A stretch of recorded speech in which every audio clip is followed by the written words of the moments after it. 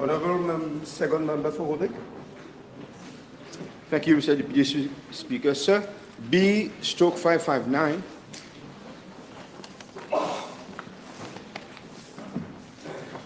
Mr. Deputy Speaker, sir.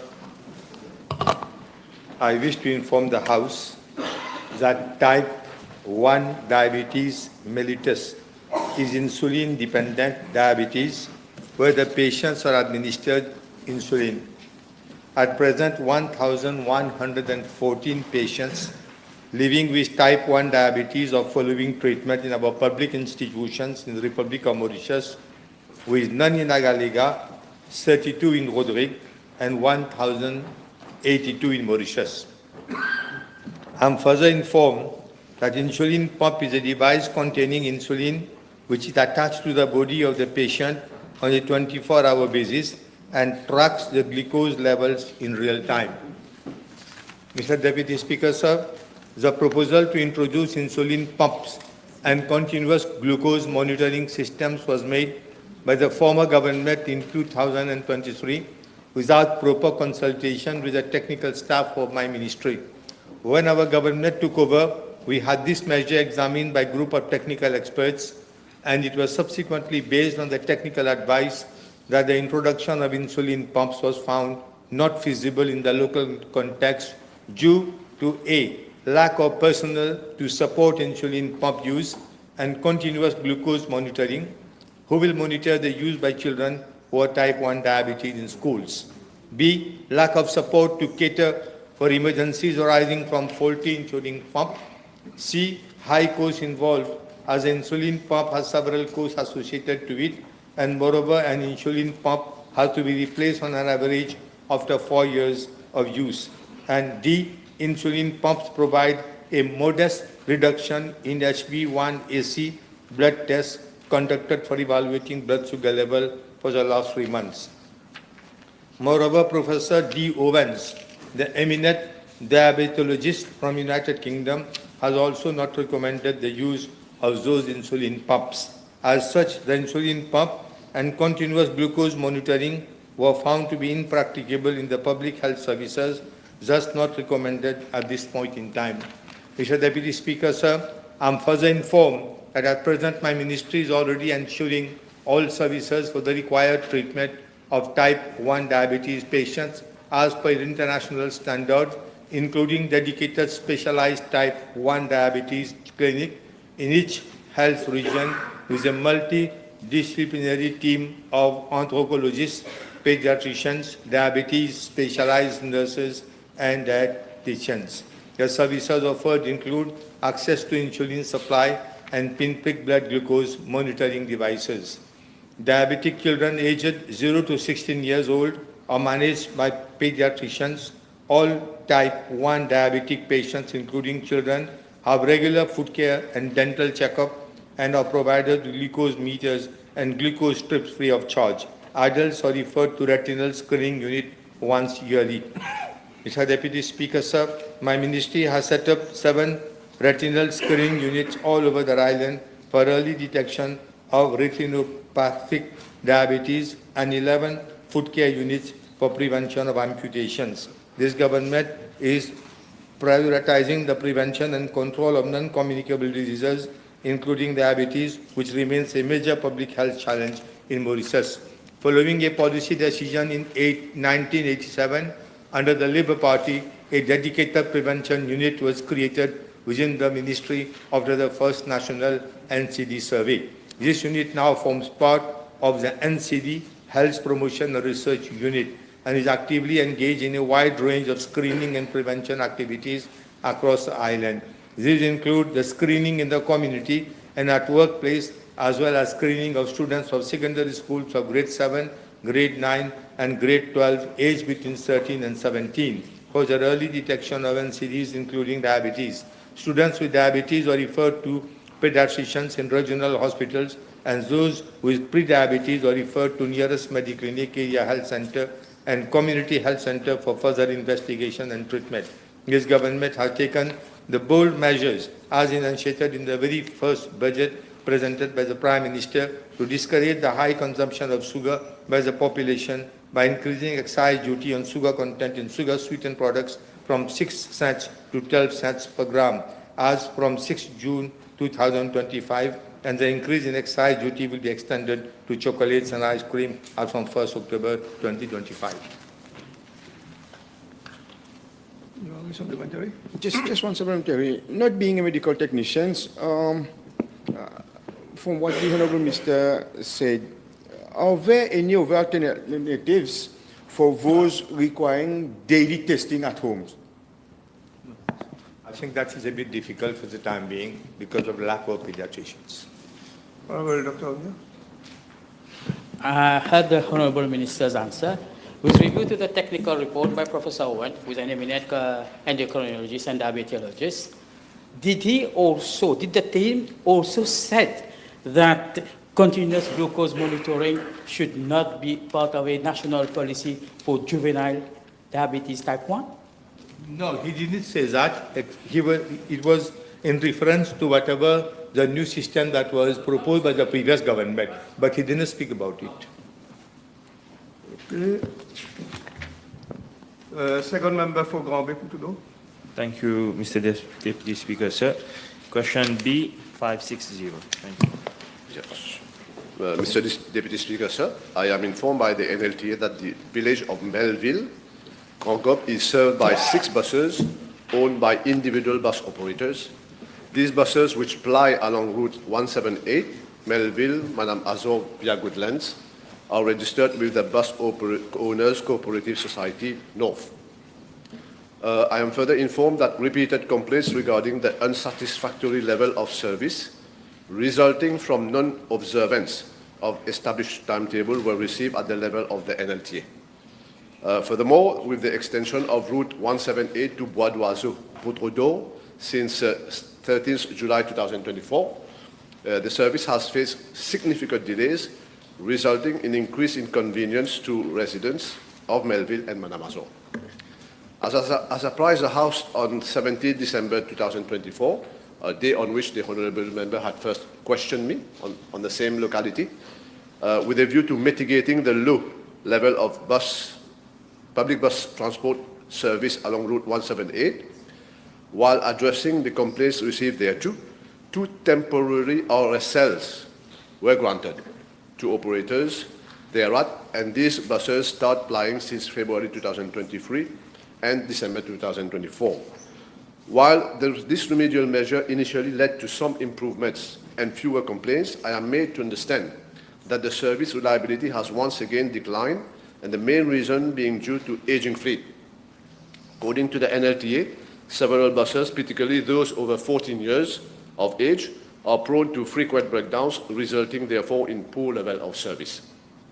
Mr. Deputy Speaker, sir, I wish to enlighten the House that out of 6 buses plying along Route 178, there are 2 are above 14 years, that is 15 and 17, while the other one has reached 12 years, implying that 50% of the current operational fleet thereat is prone to frequent breakdowns. Furthermore, in light of recent checks undertaken by the NLTA Inspectorate, it has been observed that only 5 buses are in active operation along Route 178, as 1 bus is off-road since September 2024 and still has not been replaced. Mr. Deputy Speaker, sir, in the light of this situation, the NLTA has had several meetings with the operators of the Cooperative Society to discuss about the various complaints regarding non-compliance with the established timetable. The operators were cautioned by the regulator, that is the NLTA, that they were warned that failure to maintain service levels may result in disciplinary measures. The operator, whose bus is not operating since September 2024, has reassured the NLTA that arrangements are ongoing for the replacement of this bus in the next 3 months. Furthermore, the other operators were encouraged to consider the timely renewal of their buses while availing from support from the bus modernization scheme, which is being quoted in this budget. Concurrently, enforcement has been stepped up and fixed penalty notices are being issued to drivers for timetable breaches. Mr. Deputy Speaker, sir, I wish, however, to highlight to the House that the NLTA reported that redeployment of buses from other routes to routes of 178, which were being contemplated, remains challenging, and is in fact not advisable since the route there cannot accommodate larger buses because the roads are small. The specificity of the road is suitable for only 30 to 40-seater buses. Consequently, the NLTA is exploring the possibility of licensing one additional bus on Route 178, which is with the aim of reinforcing operation, improving frequency, and easing the difficulties faced by residents and students, those at Melville and Congo. As a last note, I will follow with the NLTA to ensure that a sustainable solution at the earliest be found. I'm confident that with the introduction of a fleet management system, things will improve going forward. Yes, supplementary. The Honourable Minister informs the House that surprise visits at regular intervals by officers of the NLTA can be carried out to ensure that they adhere to the scheduled time for the buses. There is, since about 2 weeks now, a new management at the NLTA, and I've had meetings with them with a view to taking on board the propositions made by the honourable member. Okay. The Honourable Second Member for Vieux-Grand-Port, Rosebell. Thank you, Mr. the Deputy Speaker. Sir, is question B/562, please.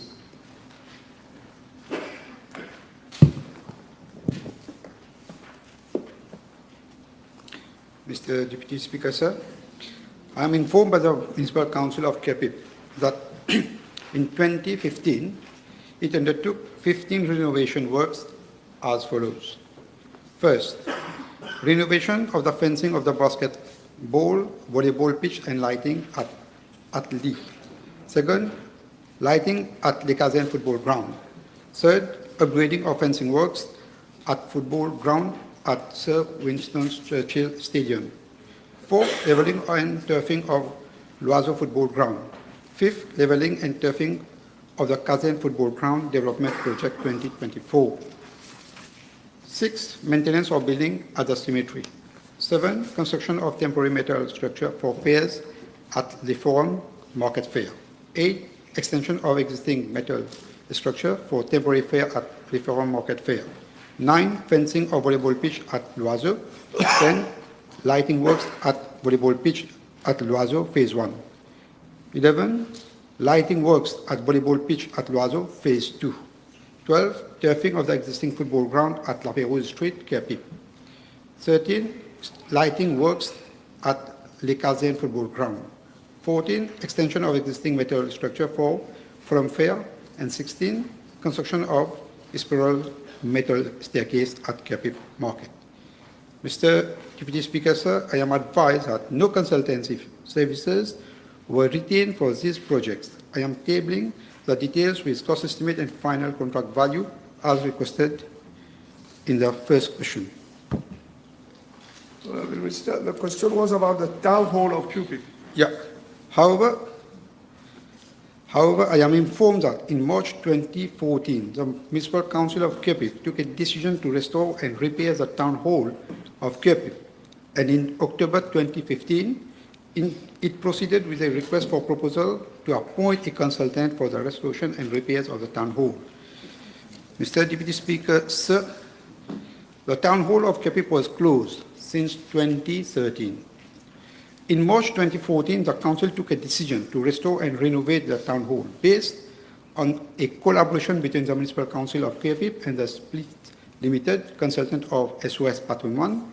The latter had estimated the cost for restoration and repairs of the town hall at 38 million rupees. It is worth noting that the material constituting the town hall of Kepip are mainly made of wood. Hence, in the extremely humid climate of Kepip, this material is bound to be affected and prone to decay. For more than a year and a half had elapsed, and by then the town hall had fallen into more despair. The approval of the then project and plan committee was obtained in September 2014. The Municipal Council of Kepip then proceeded with a request for proposal in October 2015 to appoint a consultant still on the same estimate of 38 million rupees and with a closing date on 9 November 2015. The Bid Evaluation Committee recommended that the contract for consultancy be awarded to Desai and Associates Limited for an amount of 1,840,000 rupees exclusive of VAT. The contract was awarded and the consultancy contract agreement was signed on 8 July 2016. Desai and Associates was selected on the basis of having achieved the highest combined technical and financial scores. The consultancy service was for a duration of 30 months. However, the total cost of the repairs and refurbishment were assessed by the consultant Desai and Associates Limited in 2016 at 134 million rupees. That is 134,987,000 rupees inclusive of VAT. That is before proceeding with the invitation of bids for renovation works. The increase in cost estimate was due to inclusion of new items such as replacement of majority of internal timber claddings, strengthening works to timber floor structure, refurbishment of kitchen, luminaire, and other accessories, including revised estimate for replacement of roof structure given that there was further deterioration in the structure. A comparative exercise was effected by the Council regarding the updated cost. The Council had highlighted that the town hall is experiencing a continuous deterioration with time and had sought the approval of the project plan committee regarding the increase in the cost of the project since, as per the investment project process manual, any project whose pre-tender cost estimate exceeded the approved cost estimate by 15% at project design phase had to obtain the clearance of the aforesaid mentioned committee. By then, the project involved in the renovation of the town hall of Kiapip instead of just restoration and repairs. On 8 February 2017, the project plan committee had requested the ministry to ask the municipal council to seek a second opinion on the estimate cost proposed by the consultant and to try to revise same downwards. The municipal council of Kiapip requested that campus could be used as an alternative material for the roof shingle instead of thick shingle, which would cause a significant decrease of around 16 million rupees. The use of alternate materials at the basement level was also recommended, following which the cost was revised to 117,380,000 rupees exclusive of VAT. On 6 April 2018, the Municipal Council of Kiapip informed that the cost estimate had been revised from 117,380,000 rupees exclusive of VAT to 126,198,000 exclusive of VAT, that is 145,127,700 VAT inclusive. The then head Public Infrastructure Department of the Council informed on 9 April 2018 that the increase in cost is due to the further deterioration of the public infrastructure resulting from heavy rainfall during the period 2017 to 2018.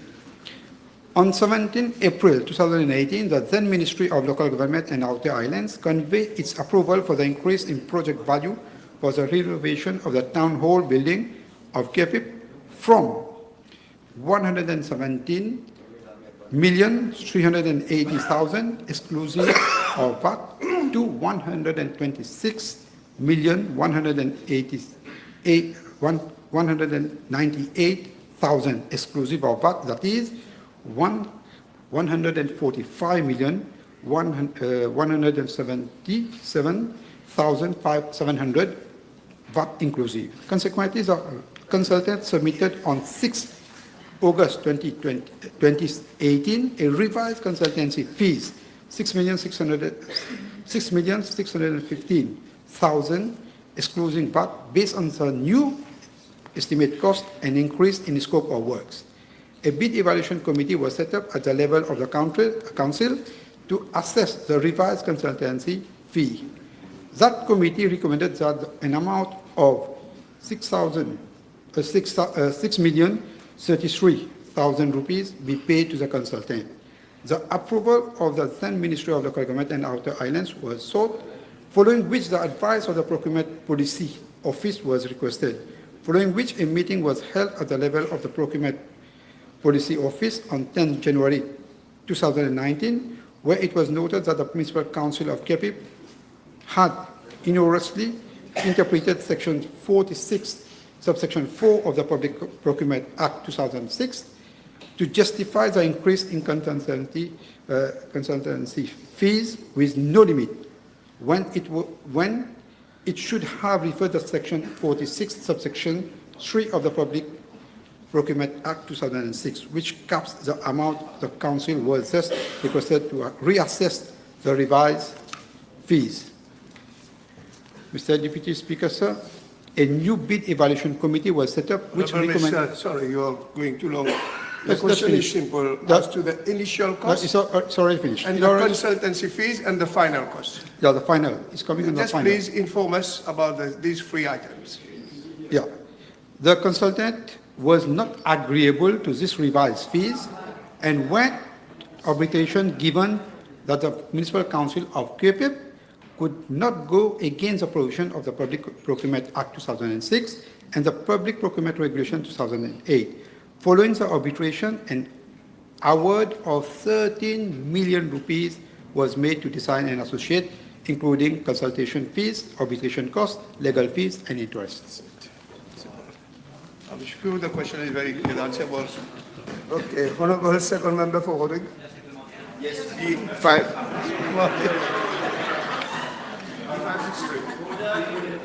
Mr. Deputy Speaker, la 13e édition des Jeux de la Commission de la Jeunesse et des Sports de l'Océan Indien will be held on the 2nd to 10th August 2025 in Seychelles.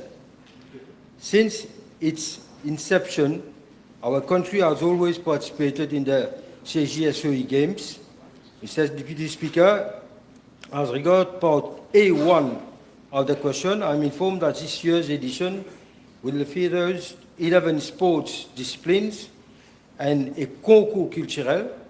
The sport disciplines are athletics, para-athletics, badminton, basketball, beach soccer, boxing, football, judo, swimming, volleyball, weightlifting, and yachting. Mr. Speaker, with regard to part A2 of the question, I'm informed that the 7 member countries have confirmed their participation, namely Comoros, Djibouti, Madagascar, Mauritius, Mayotte, Réunion Island, and Seychelles. Mr. Deputy Speaker, concerning part A3 of the question, I'm informed that 165 participants, including 27 from Rodrigue, will represent the Republic of Mauritius. Mr. Deputy Speaker, in order to ensure an optimal preparation for the Games, my ministry is providing the following facilities and support: access to the High Performance Center at Côte d'Or National Sport Complex for physical preparation, participation in local and regional competition, a light meet after training session, sport facilities, intensive training camps tailored to each sport, provision of specific equipment, and medical and paramedical facilities, such as massage, vitamins and supplement, blood tests, and dental care. A committee de suivi chaired by the Director of Sports of our ministry has been set up to ensure the effective implementation of these measures.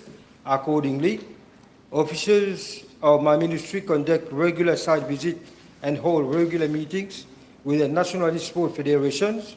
These allowed for close monitoring and timely feedback on the ongoing preparation.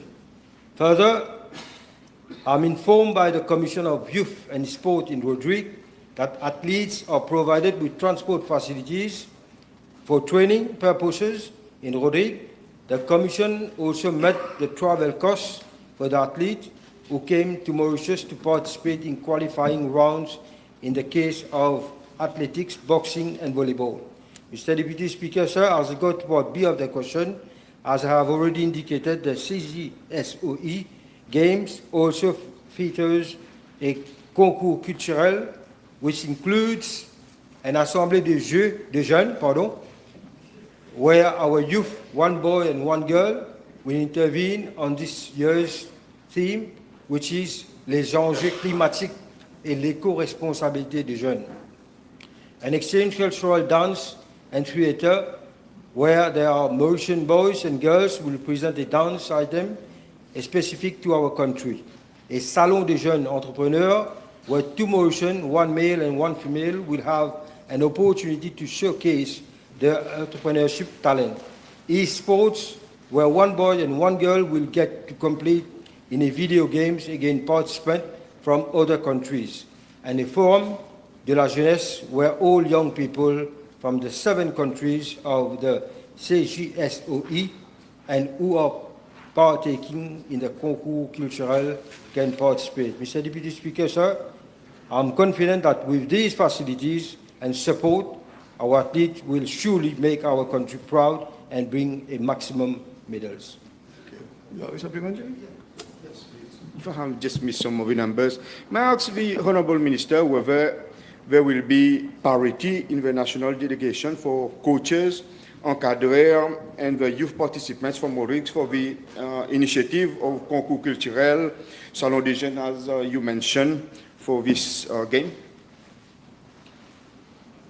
Mr. Deputy Speaker, sir, I wish to inform the House and my honourable colleague from Rodrigue in particular that I have ensured that our youth from Rodrigue are adequately represented in the games.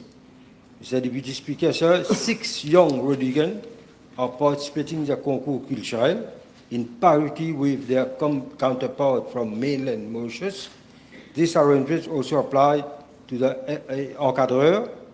In the last edition of the CJSOI Games in 2022, in Mauritius, 2 young from Mauritius had participated therein. Mr. Deputy Speaker, sir, I wish to point out that the Commissioner for Youth and Sport in Rodrigue was entrusted with the responsibility of selecting the Rodriguan participant in respect of the concours culturel. Yes, the Honourable Second Member for Kauchamiti Amoka. Thank you, Mr. Deputy Speaker. Question B564, please. Thank you very much, Honourable Member. Mr. Deputy Speaker, with regard to assessment of the Division of Veterinary Services, formerly known as Livestock and Veterinary Division, I wish to inform the House that an assessment was conducted by the World Organization for Animal Health from April 29th to 10th of May 2024, and a final report is still awaited. However, a draft report has been submitted to my ministry, and some of the key recommendations made by the World Organization for Animal Health are as follows. 1, develop dedicated livestock animal health policy and strategy, which includes veterinary public health, adopting one health approach. 2, develop formal guidelines for accurate documentation of inspection functions and to strengthen capacity to allow Division of the Veterinary Services to perform its core function more effectively and in line with the World Organization for Animal Health standards. 3, develop a code of ethics and rules of practice and prepare work ethics guidelines to ensure the quality of veterinary service provision and review and revise all legislation covering the veterinary domain to comply with the World Organization Animal Health Terrestrial Animal Health Code. Mr. Deputy Speaker, a debriefing session was held at the level of my ministry to discuss the key recommendation of the World Organization for Animal Health, and an action plan is being formulated by the Division of Veterinary Services to guide implementation. I'm informed that over the past 10 years, livestock breeders have consistently raised concern about quality of service and have been calling for improved veterinary support from the Division of veterinary services. In the light of concern raised by livestock breeders, my ministry is taking the following measures to enhance the efficacy and efficiency of vet services. A, increasing the number of mobile veterinary clinics from 1 to 3. B, recruitment of veterinary officers. And C, improved drug supply. Mr. Deputy Speaker, my ministry remains fully committed to strengthening veterinary service delivery through concrete and targeted action. The measures which have been mentioned aim at addressing the concern of breeders and ensure a more responsive, efficient, and effective veterinary service nationwide. The Honorable Third Member for Montagne Blanche, Grande Rivière Southeast. Thank you, Deputy Speaker. Sir, B565. Mr. Deputy Speaker, sir, in regard to the newly announced implementation of specialty services in ophthalmology, cardiology, and neurosurgery, I wish to inform the House that several measures are being taken by my ministry to strengthen the healthcare services at the New Flag Hospital. Ophthalmology and cardiology services are being enhanced and made more accessible to the population in the eastern region.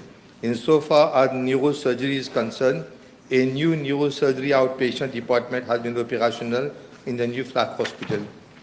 Since January 2025, an ophthalmology unit has been set up at New Flag Hospital. Cataract surgeries are being conducted on a daily basis, and ophthalmology outpatient consultation is held every Monday at the hospital.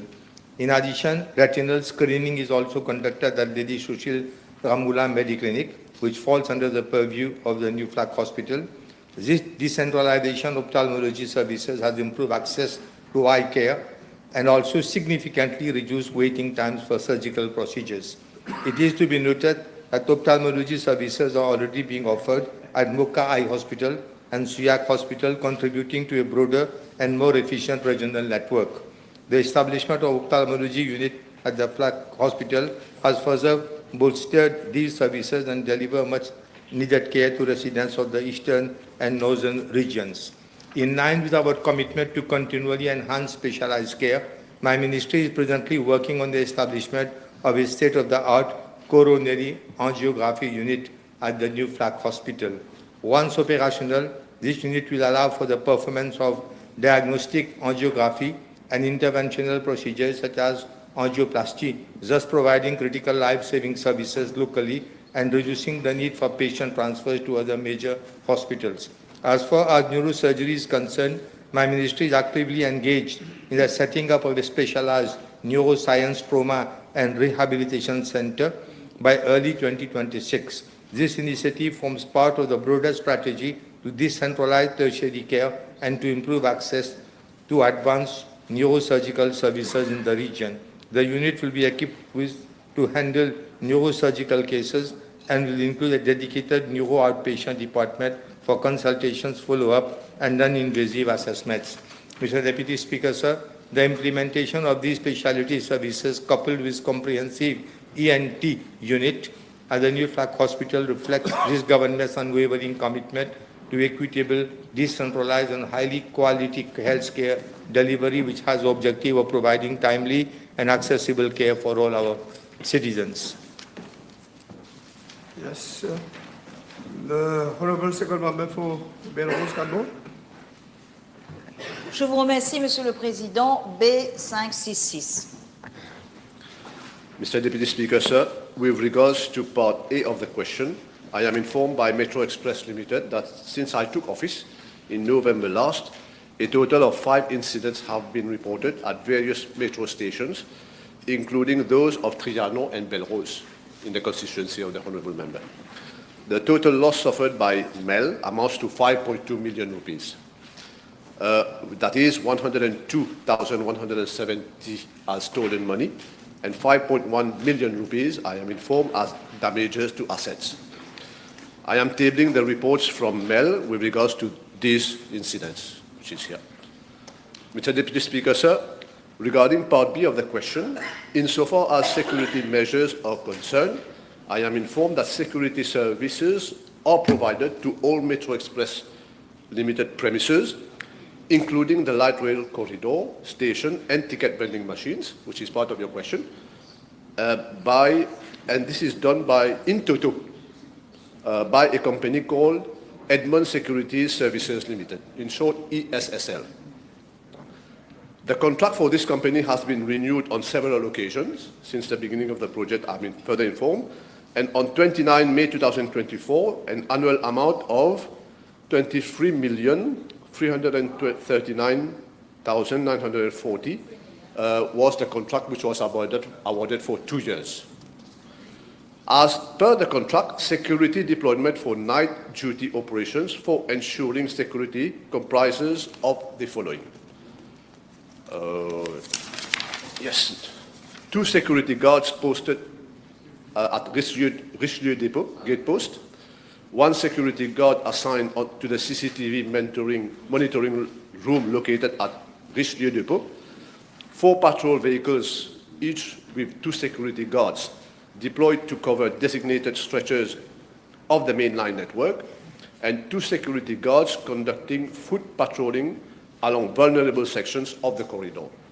Mr. Deputy Speaker, sir, as regard part C of the question, I am informed that following the incidents, MEL took a series of immediate actions as follows.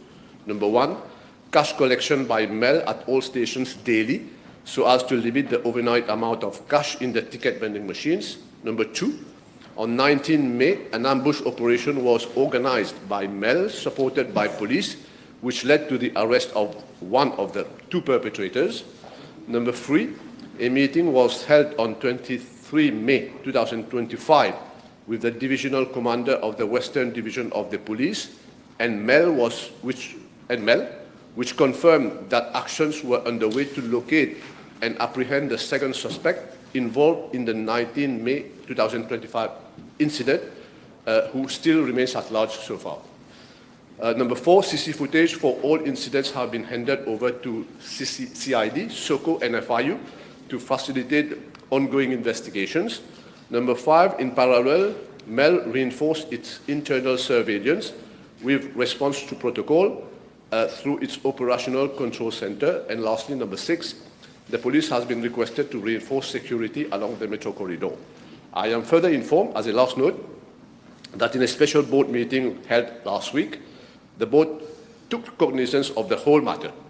I am further informed that the termination of the contract will be on the agenda on the forthcoming board, which is scheduled on 21st of June 2025.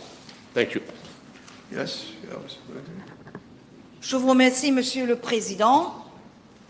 Would the Honourable Minister inform the House whether the company involved is the same one that was at the center of the Moustache Links scandal prior to the last general elections? Thank you.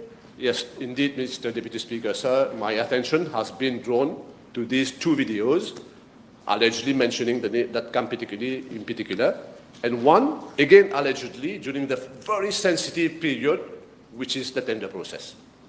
Last one. Another one? Another Moustache? Last one. Thank you, Mr. Deputy Speaker.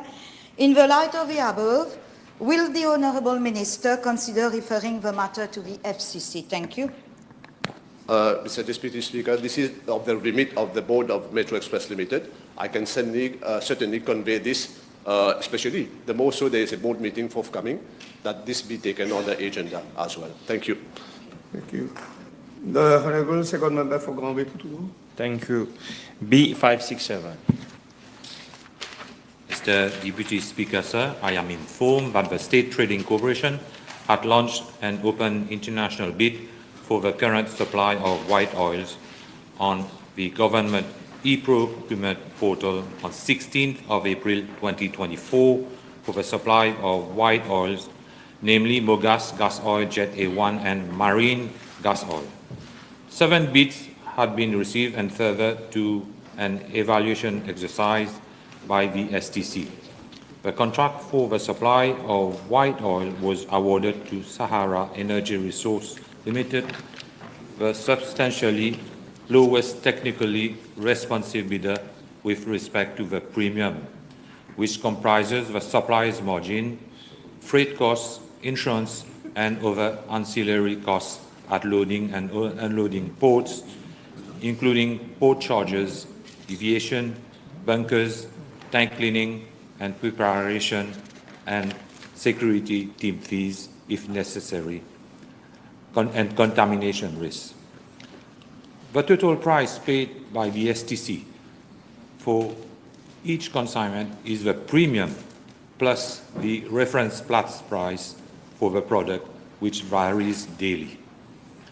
Mr. Deputy Speaker, sir, with respect to Part A of the question, I am informed that the duration of the contract is for the period 1st of August 2024 to 31st of July 2025. With respect to Part B of the question, the annual contract for the premium was estimated at $57.17 million, equivalent to 2.66 billion rupees, and the total contract amount was estimated at $598.91 million, equivalent to 27.87 billion rupees, which comprise the reference Platts price plus the premium. Yes, you have a supplementary. Thank you, Deputy Speaker, sir. Can the Honourable Minister confirm whether the STC has launched a new tender exercise recently?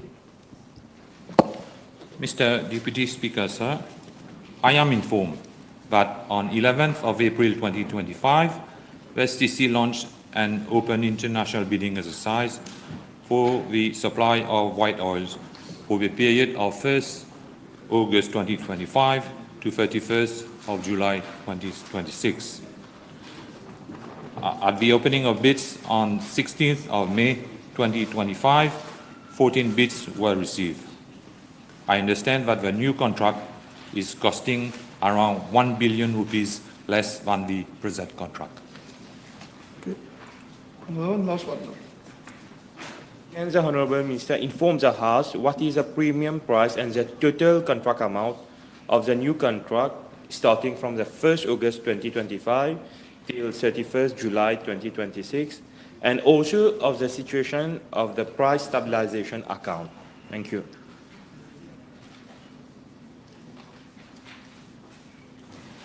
Concerning the price stabilization account, I am informed that as at 17th June 2025, the PSA, which is normally used to stabilize the retail prices of mogas and gas oil, currently has a deficit of 2.8 billion rupees for gas oil, while there is a slightly positive balance of 400 million rupees for mogas. We must also understand that at a certain time, the deficit was around 5.2 billion rupees when the previous government was in power. Okay. The Honourable Third Member for Parliamentary Theory. Mr. Deputy Speaker, B568. Mr. Deputy Speaker, sir, I am informed by the State Insurance Company Limited, SICOM, that with regard to Part A of the question, 4 officers at clerical level were recruited in the year 2024 to replace 3 officers who had retired and 1 who had resigned. And with regard to Part B of the question, I am informed that the SICOM administers 3 pool pension funds under different legislations. Firstly, the statutory bodies pension funds set up under the Statutory Bodies Pension Funds Act and relevant regulations. Secondly, the SICOM Pool Private Pension Fund set up under the Private Pension Schemes Act. And thirdly, the Public Sector Defined Contribution Pension Fund, Public DC, set up under the Statutory Body Pension Funds Act and the Pensions Act. The revenue of the three pension funds amounted to 8.6 billion rupees for the year 30th June 2024, and the expenditure amounted to 5.2 billion rupees. The Honourable Second Member for Belrose Kadbon. B569, merci. Mr. Deputy Speaker, sir, with regard to the provision of duty-free facilities for the purchase of motor vehicles by priests, religious federations, and religious associations, I wish to inform the House that this measure was announced in the budget speech 2024-2025 by the previous government. The measure was intended to provide duty-free facilities for the purchase of motor cars every 7 years to those eligible. The eligibility criteria are as follows. First, a priest registered with or employed by a religious federation receiving a government subsidy. Second, a priest registered with or employed by a religious association. Third, a priest registered with the Ministry of Arts and Culture. Or fourth, a religious federation employing priests and receiving a government subsidy. This measure is supported by amendments to the Excise Act via the Finance Miscellaneous Provisions Act 2024 and the Excise Amendment of Schedule Number 4, Regulation 2024, with effect from 1st October 2024. Mr. Deputy Speaker, sir, while my ministry was designated to implement this measure in collaboration with the Mauritius Revenue Authority, it is crucial to place this decision in its proper political and economic context. The timing of this measure raises serious questions. It was promulgated on the 1st October 2024, just 3 days before the issue of the writ of election on 4th October 2024, and barely 5 weeks before the general elections on 10th November 2024. It is evident that this scheme was rushed through at the 11th hour by the outgoing government in a clear attempt to secure political favor and votes from specific segments of the population.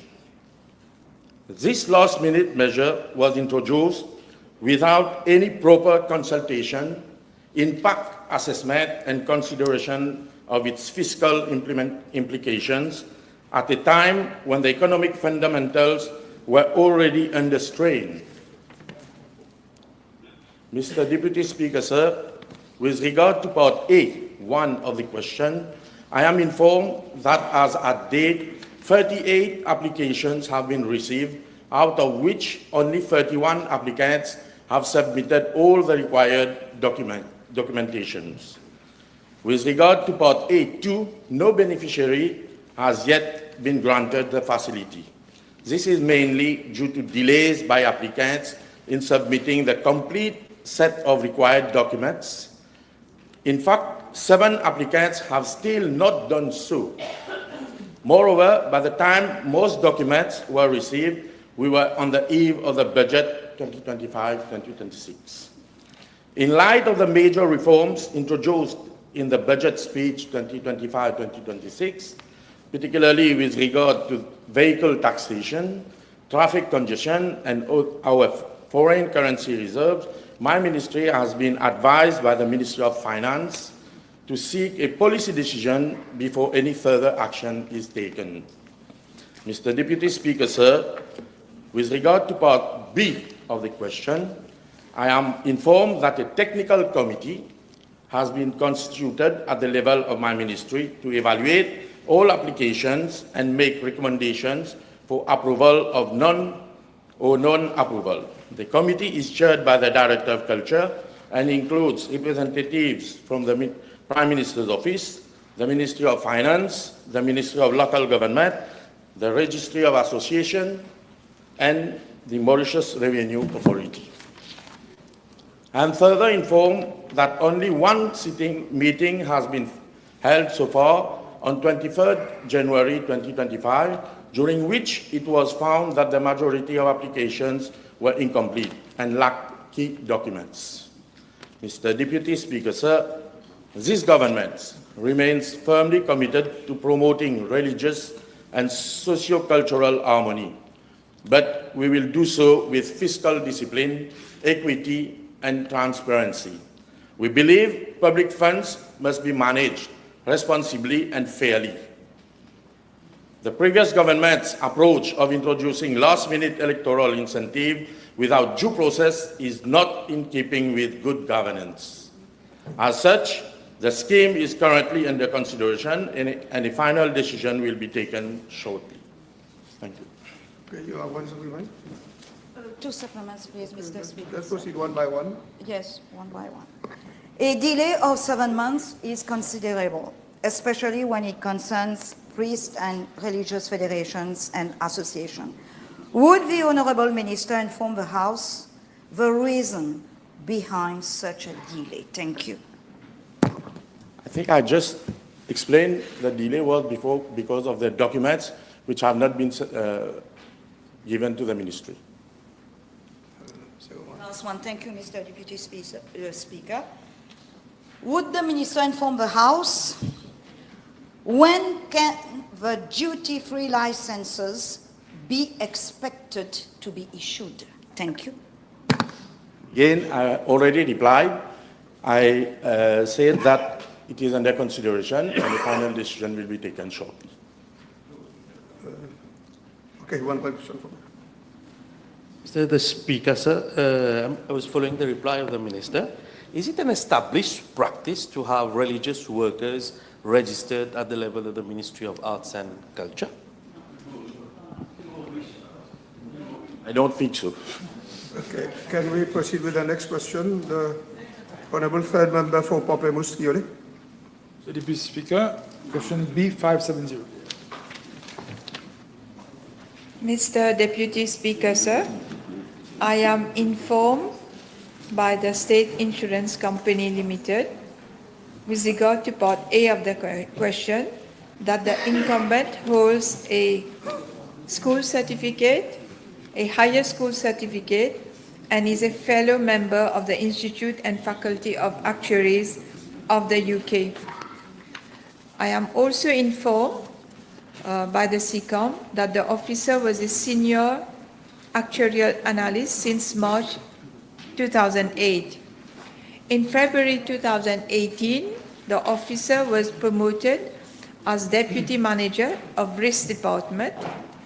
In February 2020, the incumbent was laterally transferred to the Group Pensions Department.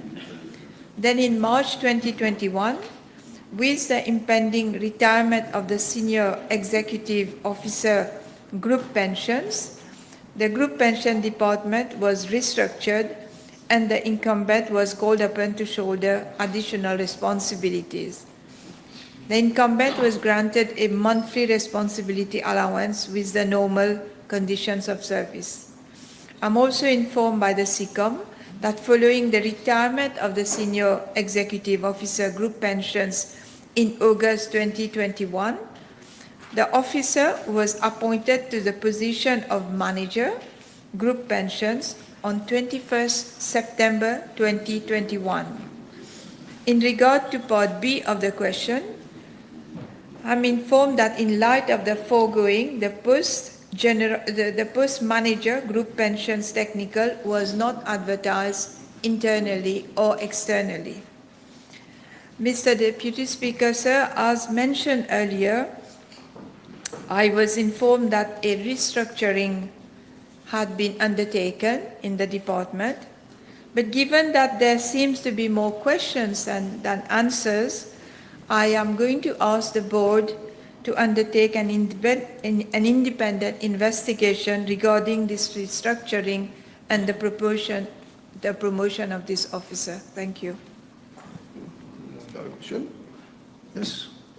Mr. Deputy Speaker, sir, I would like to ask the Honourable Minister if it is a normal practice in a financial services regulated company, and the more so a state-owned company, if it is a normal practice for promotions to be given without advertisement internally or externally. Mr. Deputy Speaker, sir, in normal circumstances, there should have been a process. As I said, I've got more questions than answers, and so I will ask the board to undertake an independent review and investigation of the matter. Honorable third member for Port East North and Port Island. Last Please. question for today.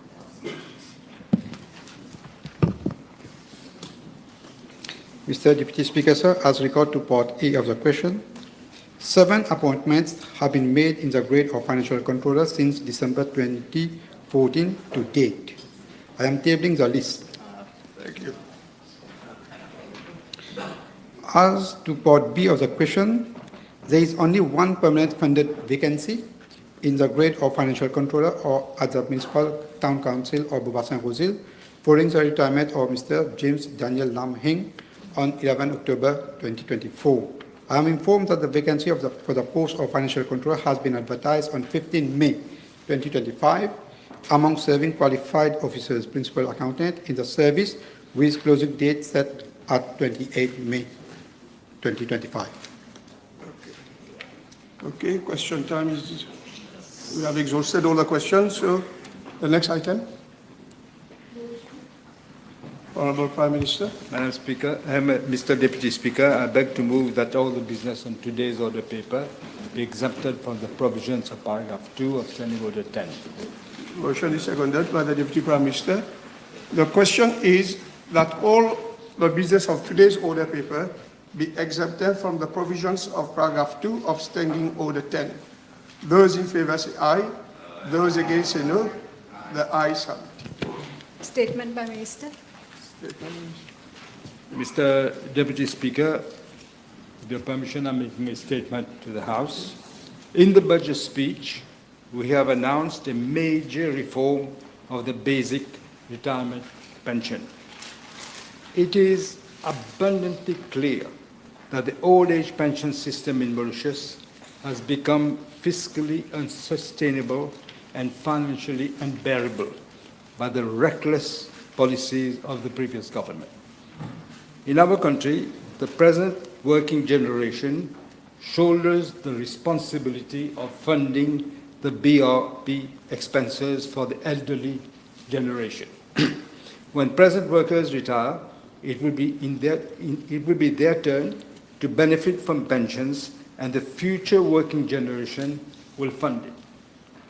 When the number of workers is much higher than the number of older retirees, the system is relatively sustainable. But when the number of workers shrinks and the number of old age pensioners soars, the system becomes financially unsustainable and financially unbearable. Madam Speaker, Mr. Deputy Speaker, it is extremely rare for a country to provide old age pension, one, to all persons who are 60 years old. Second, those who have not contributed for the old age pension, as the BRP is, it's a non-contributory pension. And thirdly, everybody who attains the age of 60, irrespective of his income and assets. Mauritius, it seems, is the only case where we do this. Even in rich and advanced countries, the old age pension is paid much later than 60 years, often 65 years. In France, just now, they are proposing to increase the age to 67 years. In Germany, they're proposing to increase it to 70 years. It is sometimes contributory, and it mostly means tested, precisely to ensure its fiscal sustainability and its fairness and equity across generations. As a result of these three combined features in our old age pension, the BRP has become fiscally unsustainable and, as I said, financially unbearable. As a result of these three combined features in our old age pension, the BRP has become financially totally unsustainable. The following facts and figures demonstrate, beyond any reasonable doubt, about the fiscal unsustainability of the BRP. First, the share of BRP in GDP has increased from 1.9% in 2010 to 3% in 2015-2016 to 6.1% in 2020-2021, and it currently stands at 7.8% of GDP. Without reform, its share of GDP will continue to rise. Second, the proportion of BRP in government recurrent expenditure has escalated from 9.6% in 2010 to 14.2% in 2015-2016. It then rose to 20.1% in 2020-2021 and has reached 24.5% in 2024-2025. Again, without reform, it will continue to absorb a higher share of the recurrent expenditure. Third, BRP as a percentage of government revenue, recurrent revenue, has surged from 9.7% in 2010 to 15.2% in 2015-2016. It reached 21.4% in 2020-2021 and rose to a further 30.6% by 2024-2025. Again, without reform, its share of current expenditure will inexorably increase. Fourth, in absolute terms, the BRP has increased from 5.97 billion in 2010 to 13.1 billion in 2015-2016, and then to 27.9 billion in 2020 to 2021, and further to 55.4 billion in 2024 to 2025. Mr. Deputy Speaker, in 14 years, between 2010 and 2024-2025, spending on pension has ballooned by a staggering 828%. In only 4 years, between 2021 and 2024-2025, it has almost doubled from 27.9 billion to 55.4 billion. It will reach 100 billion in 2035. Now, how can anybody say this is sustainable? Without reform, the expenditure on BRP will sharply rise. The population aged 60 and over has grown substantially from 186,400 in 2015 to 250,600 in 2024. It will continue to grow as the population ages and will reach around 315,000 in 2038. Equally, the ratio of older persons will rise considerably with the aging population, from around 20% today to 30% in 2051. Without reform, our pension system will run out of money if the current demographic trajectory persists. Six, the fertility rate. Fertility rate has dropped sharply over the years, from 5.9 in 1960 to 2.8 in 1980 to 1.57 in 2010 and 1.34 in 2024. It is now well below the replacement rate of 2.1. This indicates a declining population, and this trend will accelerate in the future. Without reform, there will be far fewer workers to support far more pensioners. Seventh, the number of workers will continue to decline while the dependency ratio will rise, thus decreasing the ratio of working individuals to pensioners. The ratio of workers to pensioners has declined from 3.9 in 2015 to 2.7 now, and is expected to further fall to 2 in 2035. Without reform, the smaller working population will have to bear a growing burden of contributions to finance the pension of the many more retired. Eighth, life expectancy at 60 years has increased for both men and women. Life expectancy of men at 60 has risen from 13.4 in 1962 to almost 17.92 in 2022. For women, it has gone up from 16.3 years in 1962 to 21.75 in 2022. It means that the government has to fund non-contributory pension for a much longer period for both men and women.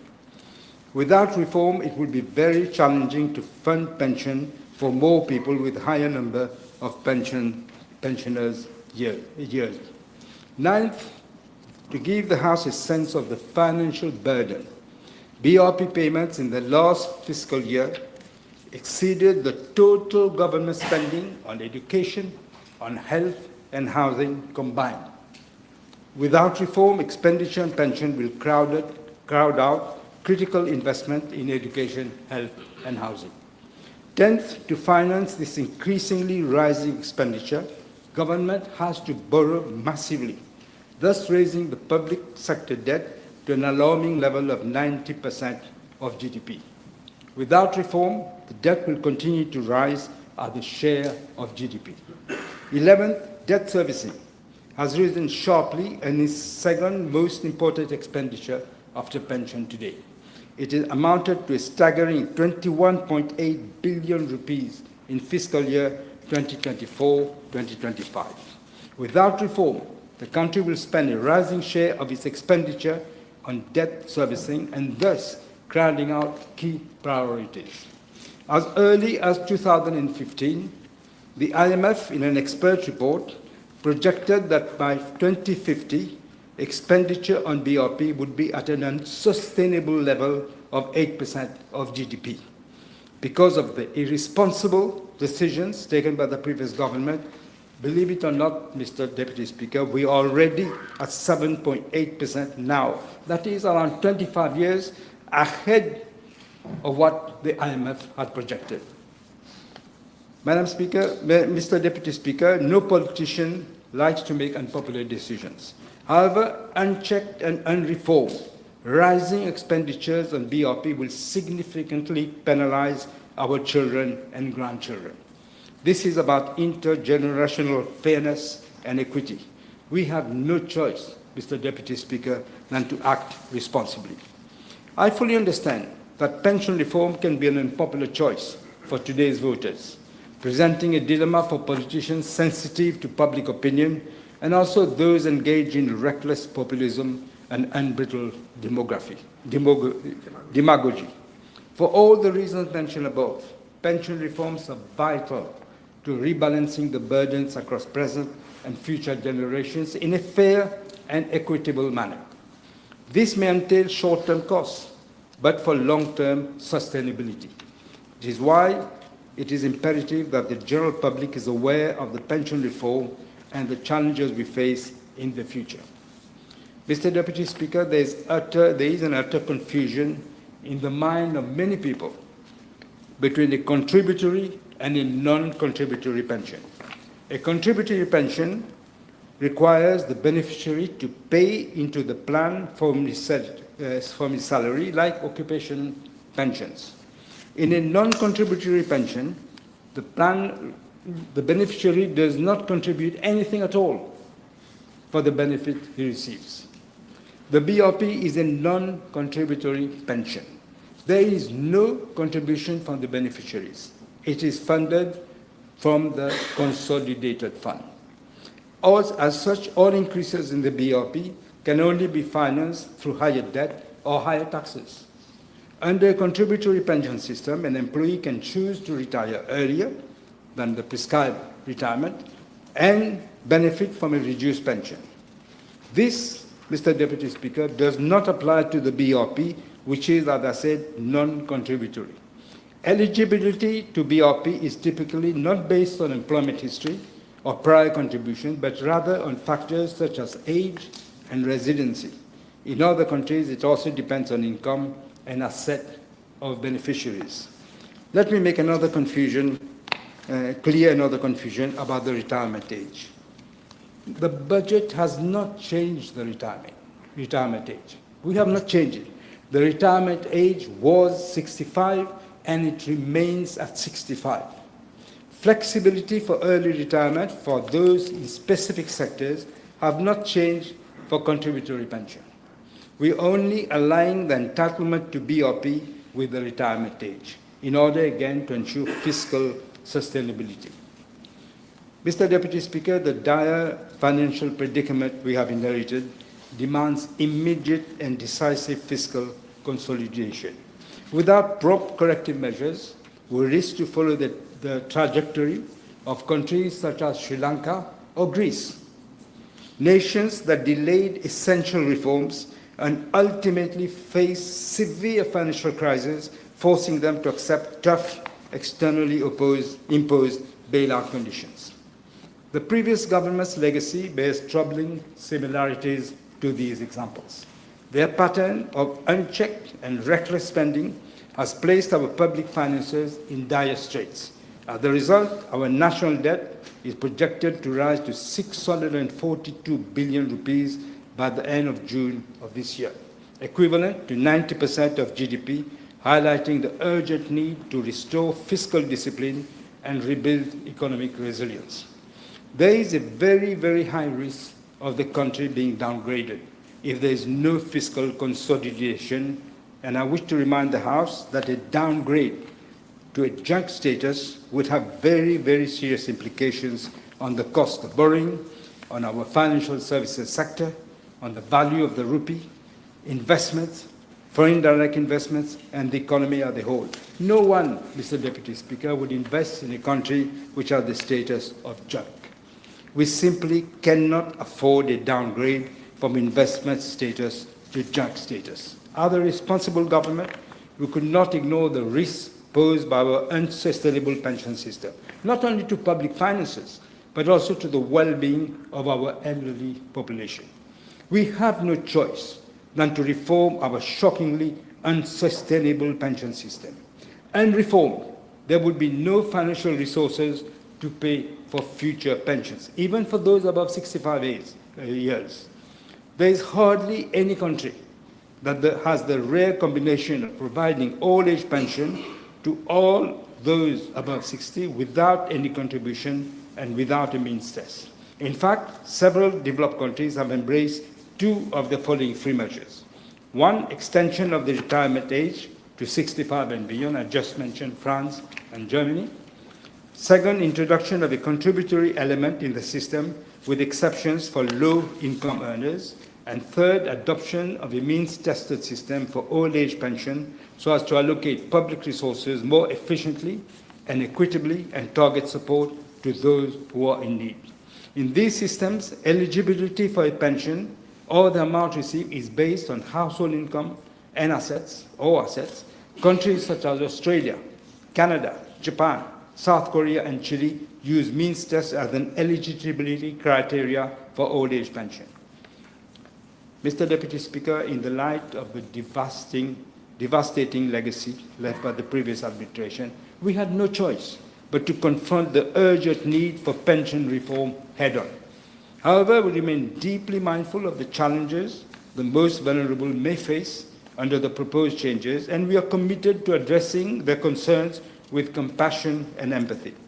As a democratic government, we have heard these concerns. As a compassionate government that is committed to stand by the most vulnerable at all times, we have decided to establish two interministerial committees to examine matters related to the basic retirement pension.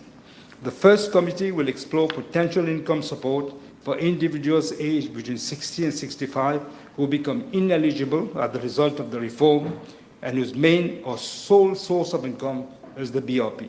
This will cover a range of beneficiaries such as housewives, retirees, and workers with low occupation pension, who all rely mainly or solely on the BRP.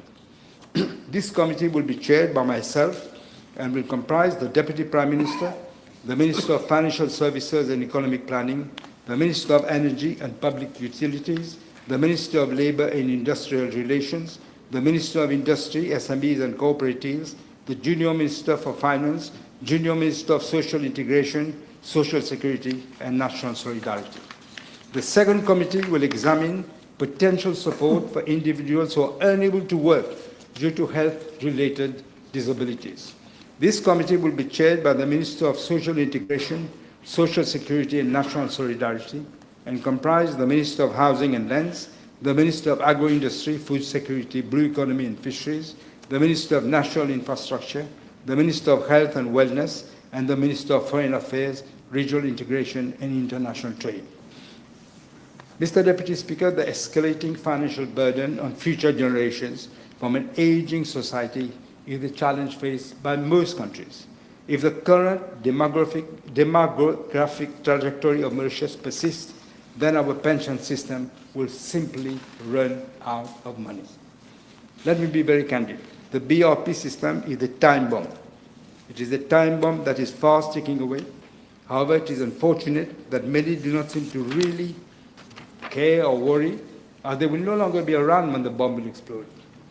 Worse, Mr. Deputy Speaker, a highly respected professional actuary has stated that this time bomb has already exploded, that we now face the urgent and uphill task of containing the damage. Consequently, pension reform is absolutely critical. It aims at enhancing financial sustainability, and at the heart of this reform is the imperative to establish parity between what each generation pays and receives, thereby promoting fairness in intergenerational burden sharing. Thank you.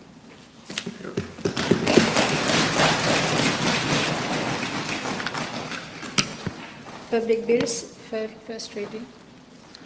Honorable Attorney General. Mr. Deputy Speaker, I move that the Revenue Tribunal Bill number 12 of 2025 be read a first time. Your mic. I thought I spoke loud enough.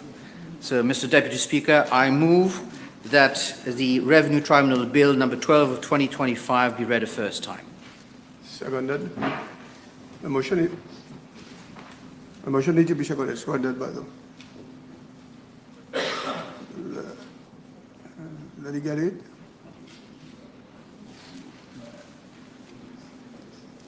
I move that the Legal Aid and Legal Assistance Bill number 13 of 2025 be read a first time. Seconded. Seconded. Public bill second reading. Madam Speaker will take the chair.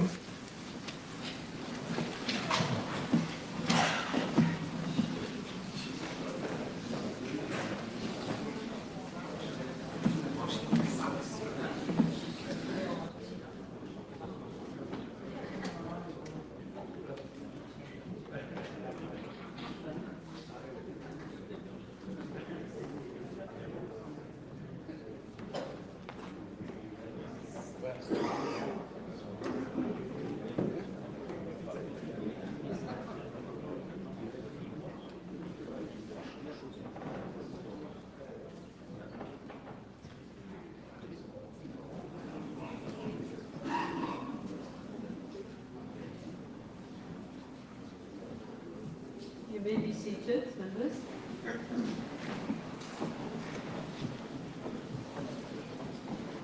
Public bill second reading. Yes, Honourable Prime Minister. Madam Speaker, with your permission, I wish to make the following statement by way of personal explanation under Standing Order 28.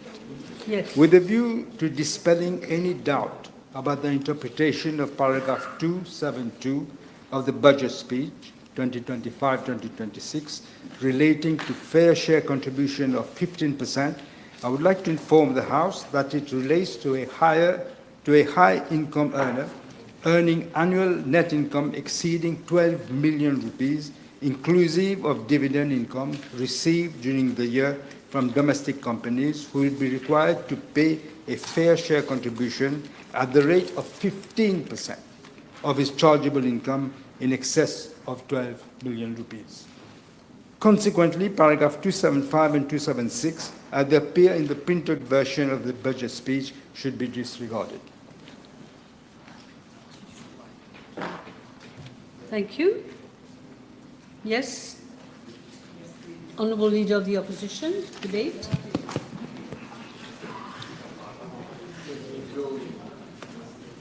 Merci, Madame la Présidente. I think we should be able to agree on two things. One, that this budget is a budget de rupture à la FMI, and that this budget de rupture à la FMI est le contraire of the electoral platform on which the Labour Party was elected. When I'm saying that, I'm not making a value judgment. I will explain why I believe that it is a statement of fact. I said budget de rupture à la FMI. Now bear in mind, Madam Speaker, that those are not my words. I have merely quoted Honorable Paul Béranger as leader of the opposition during his intervention on the budget 2006-2007. And this statement, Madam Speaker, summarizes also the 2025-2026 budget, that is, the abolition of the pension for those between 60 to 65, the review of subsidies, and the abolition of various social and educational allocations, un budget à la FMI. Madame la Présidente, nous débutons aujourd'hui les débats sur l'Appropriation Bill 2025-2026, le premier budget proposé par l'Alliance du changement, et c'est un budget qui trahit la confiance de la population, qui a cru en vos promesses pendant la campagne électorale. Dans chaque budget, il y a du bon, il y a du moins bon, et parfois, il y a du pas bon du tout. Malheureusement et tristement pour ce peuple, ce budget a très peu de bonnes mesures et beaucoup de pas bon du tout, Madame la Présidente.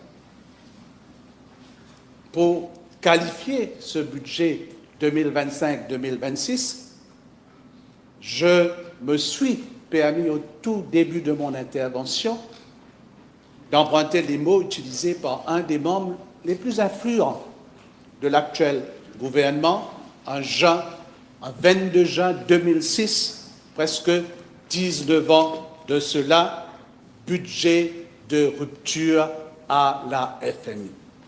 L'histoire se répète, Madame la Présidente. En 2005, le gouvernement travailliste d'alors avait affirmé vouloir changer la vie des gens en 100 jours. Malheureusement, la vie de chaque Mauricien était devenue amère après ces 100 jours, et à cette époque, il y régnait la même situation, une rupture totale entre la population et le gouvernement. C'est le même sentiment avec ce budget de rupture où on étouffe toute une population avec ce budget austère. Le constat, Madame la Présidente, c'est, je le répète parce que c'est important, rupture il y a eu, elle est réelle, mais elle est entre le gouvernement et toute une population, incluant aussi les habitants de Rodrigue et d'Agaléga. Une grande majorité de la population sera au fond des abîmes avec la mise en place des mesures antisociales annoncées dans le présent budget. Madame la Présidente, c'est le démantèlement de l'État-providence. Ce sera un drame humain pour des milliers de familles mauriciennes. 3 ans de souffrance pour le peuple et attendre peut-être à la veille des élections de 2029 pour récolter des miettes. Madame la Présidente, quand on sait ce que l'Alliance du changement avait promis à la population et ce qui a été annoncé dans le budget et sans aucun doute, je l'ai dit quand je suis intervenu juste après la présentation du budget, c'est la plus grande trahison électorale de notre histoire. Madame la Présidente, par exemple, en Corée du Sud, l'article 250 de la loi électorale condamne les fausses promesses faites pendant une campagne électorale. Peut-être qu'il est temps de légiférer sur les promesses électorales. La Constitutional Commission, qui sera mise sur pied à Maurice, pourrait peut-être se penser sur une telle législation. Madame la Présidente, je suis tenté à poser cette question. Sommes-nous devenus, avec ce gouvernement, les cobayes des institutions internationales? Laissez-moi remonter le temps. Sir Anirudh Jagannath, en tant que Premier ministre, n'a jamais cédé face à des institutions, même pendant les périodes les plus difficiles de notre pays, c'est-à-dire les années 80. Madame la Présidente, il y a eu du changement depuis la prise de pouvoir de ce gouvernement. Le premier, et cela je ne mets pas en doute la capacité du junior ministre, l'honorable Damri, mais de mémoire, c'est la première fois qu'un junior ministre préside les consultations avec les stakeholders pour la préparation du budget. Je comprends que l'honorable membre est considéré par beaucoup au sein de l'Alliance du changement, je ne dirais pas comme the preferred one, mais comme the next one, Madame la Présidente. Mais de là à lui donner un tel pouvoir et de telles responsabilités seulement 7 mois après les élections, cela doit nous interpeller, Madame la Présidente. Au sein de la majorité, on fait de l'honorable membre maintenant le bouc émissaire de l'impopularité de ce gouvernement. Mais nous savons tous que c'est le Premier ministre et le cabinet ministériel qui sont responsables de l'abolition de la pension pour les 60 à 65 ans et toutes ces taxes imposées sur la population. Madame la Présidente, ce qui nous interpelle aujourd'hui, c'est le manque de cohésion et définitivement l'amateurisme dans la préparation du budget. C'est le résultat de la mauvaise cohabitation entre les rouges, les mauves et les papillons, Madame la Présidente. Depuis sa prise de pouvoir, l'establishment politique, longtemps dans l'opposition, s'adapte difficilement avec l'administration publique. Par exemple, le musical chair presque hebdomadaire des fonctionnaires, le recrutement des officiers retraités sur contrat en sont les preuves. Un chapelet de promesses électorales et après la victoire, ce gouvernement vient nous parler de l'état de l'économie comme prétexte pour ne pas tenir leurs promesses. Il y a eu, depuis novembre 2024, ce que je qualifierais, Madame la Présidente, un management of public opinion très précis, avec comme motif la caisse vide. Un rapport sur l'état de l'économie très douteux.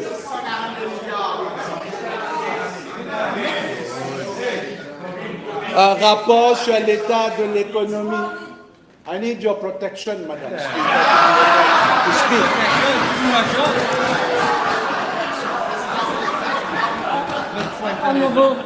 Honorable members. Madam Sabapati, yes, I'm on my feet. Honorable members, I would rather that the leader of the opposition, also given the fact that there are just two of them, that he be allowed to make his speech. It is his right. Don't interrupt him too much.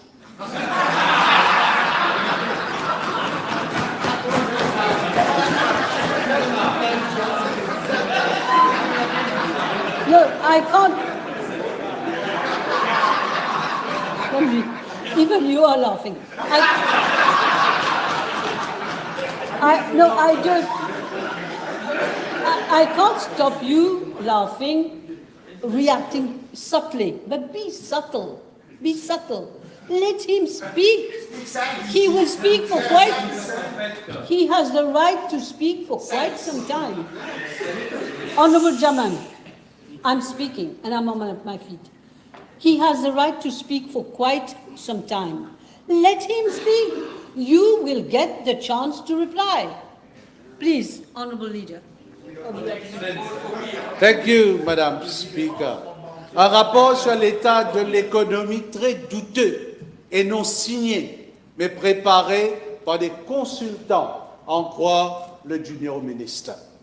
La caisse vide, mais en même temps, plusieurs des ministres ont voyagé aux frais de l'État.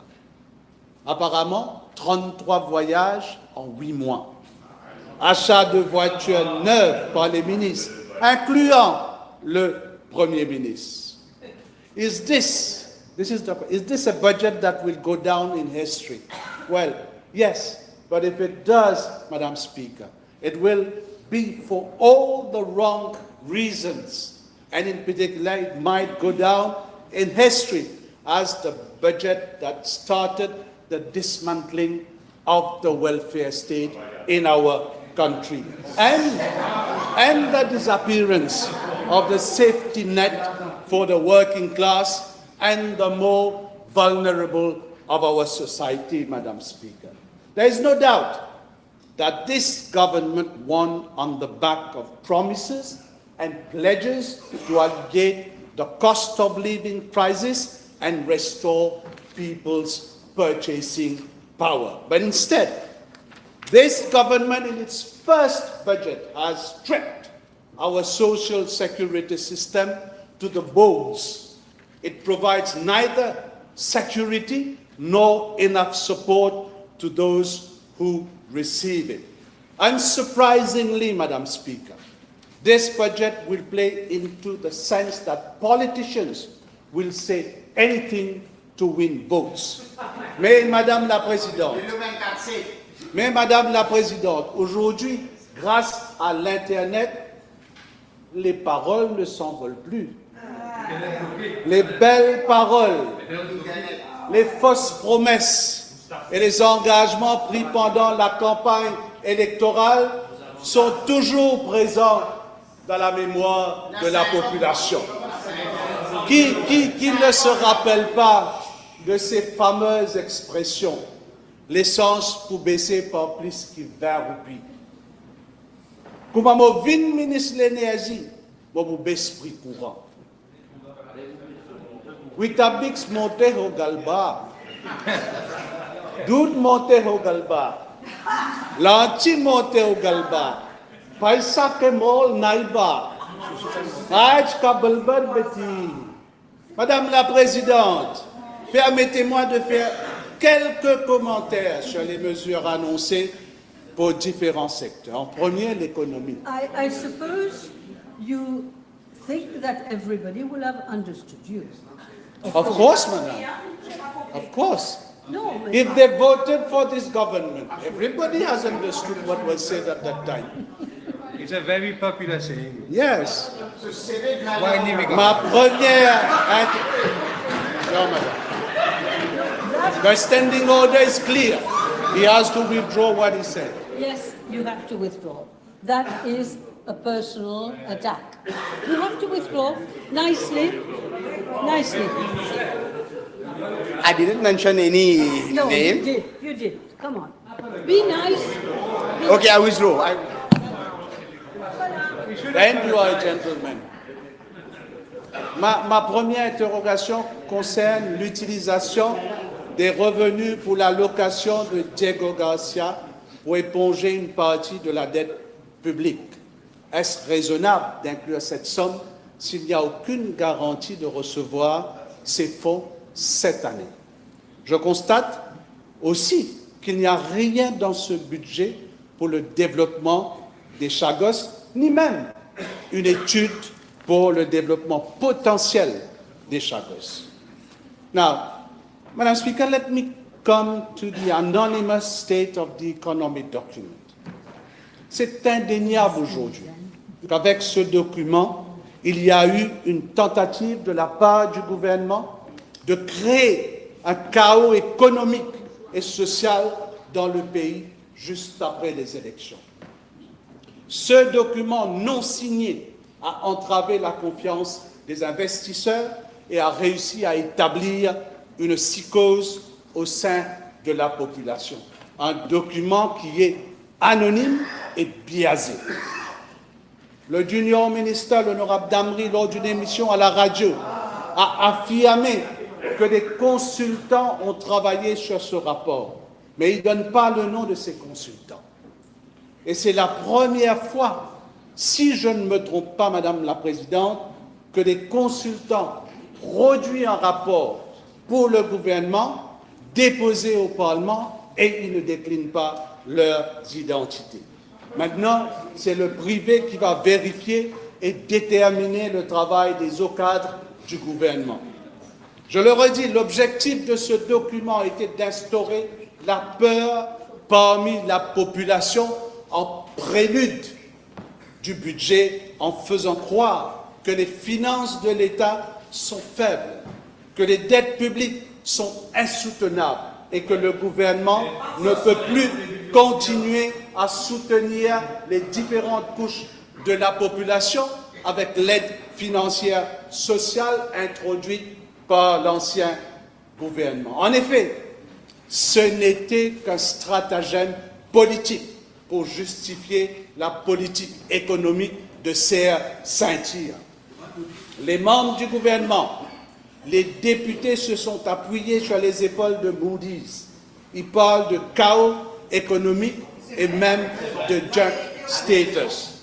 Après la présentation de ce budget, le gouvernement est KO face à la colère du peuple.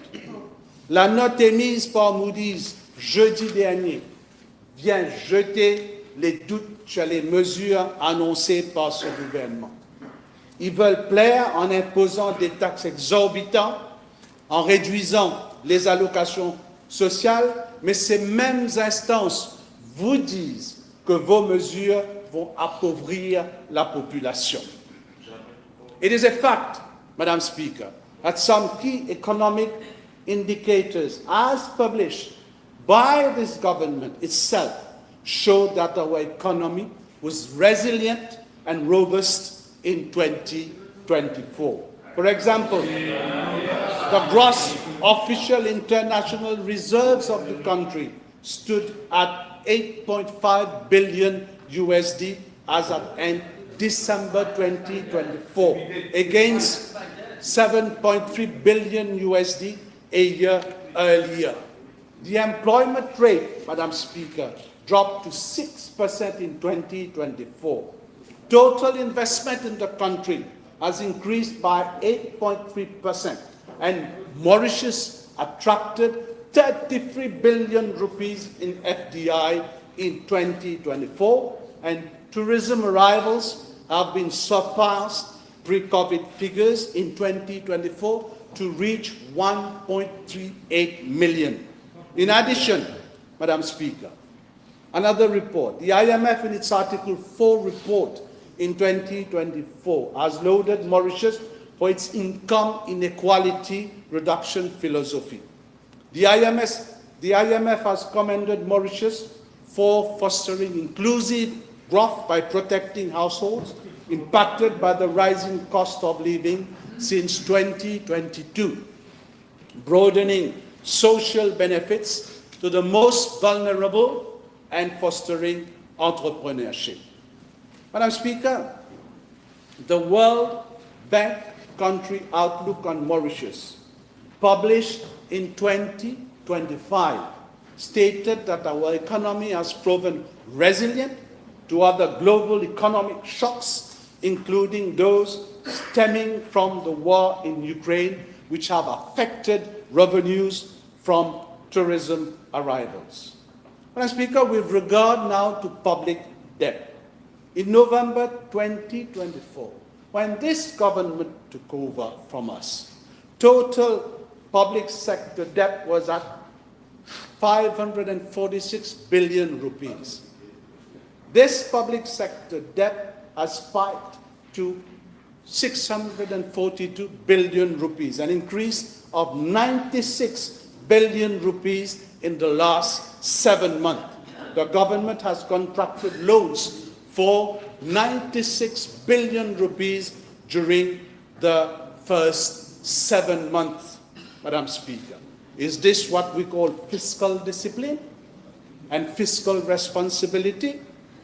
Now, with regard to GDP projections, we were all taken aback to witness the downsizing of the growth in the last 6 months of the financial year 2024-2025. That is from January 2025 to June 2025 under this new government. It is evidently clear, Madam Speaker, that the government has been dormant in the first 7 months of its mandate, or purposely, let me put it this way, purposely doing so to retard the growth process by hindering strategic institutional functions like the EDB, the FSC, and the NSLD, to name a few, Madam Speaker.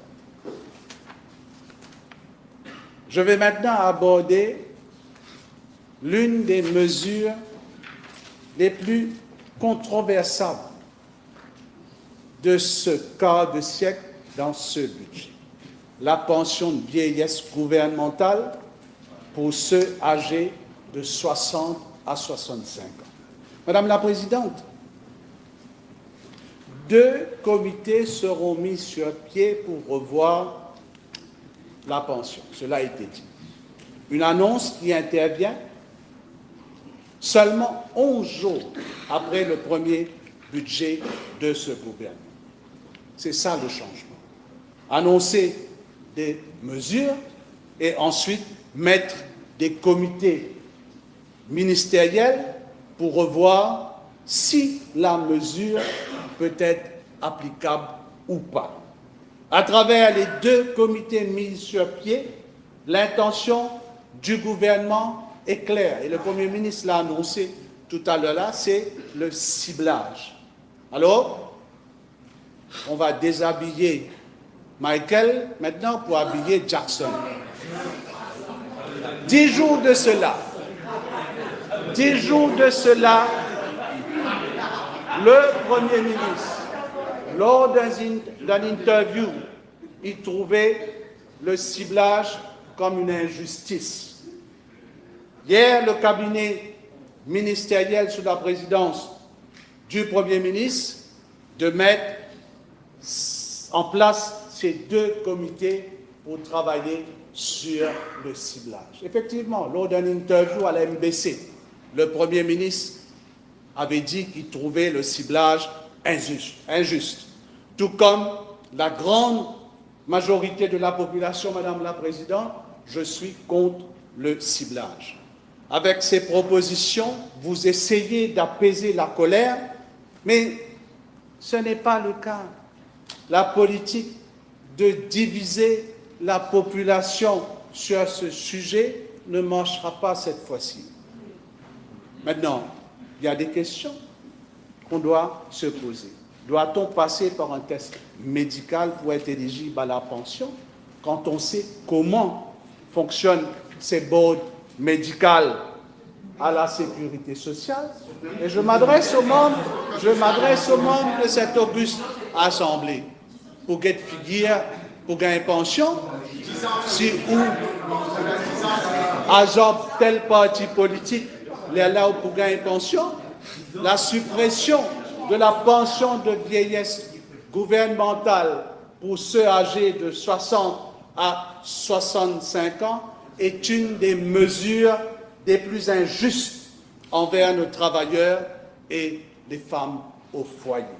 L'histoire, Madame la Présidente, retiendra que c'est un gouvernement qui comprend 3 partis politiques qui ont pris naissance dans la lutte des travailleurs de notre pays qui se disent socialistes, le PTR, le MMM et Résistance et Alternative qui ont pris cette décision. Dans ma toute première déclaration à la presse, après le budget, j'ai déploré l'absence de consultation avant l'introduction de cette mesure.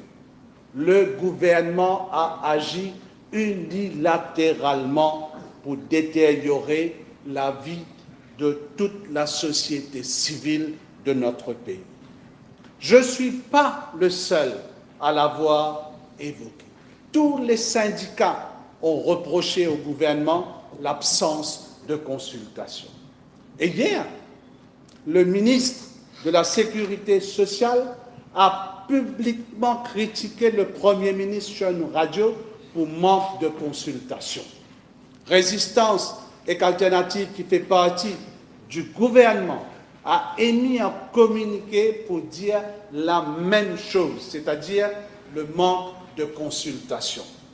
Et permettez-moi, Madame la Présidente, de faire quelques observations pertinentes sur les déclarations faites et le contenu de ce communiqué en date du 14 juin. Est-ce que les membres de Résistance et Alternative ne savent pas si ce parti a un ministre au sein de ce gouvernement et qu'il a droit à la parole au sein du Conseil des ministres?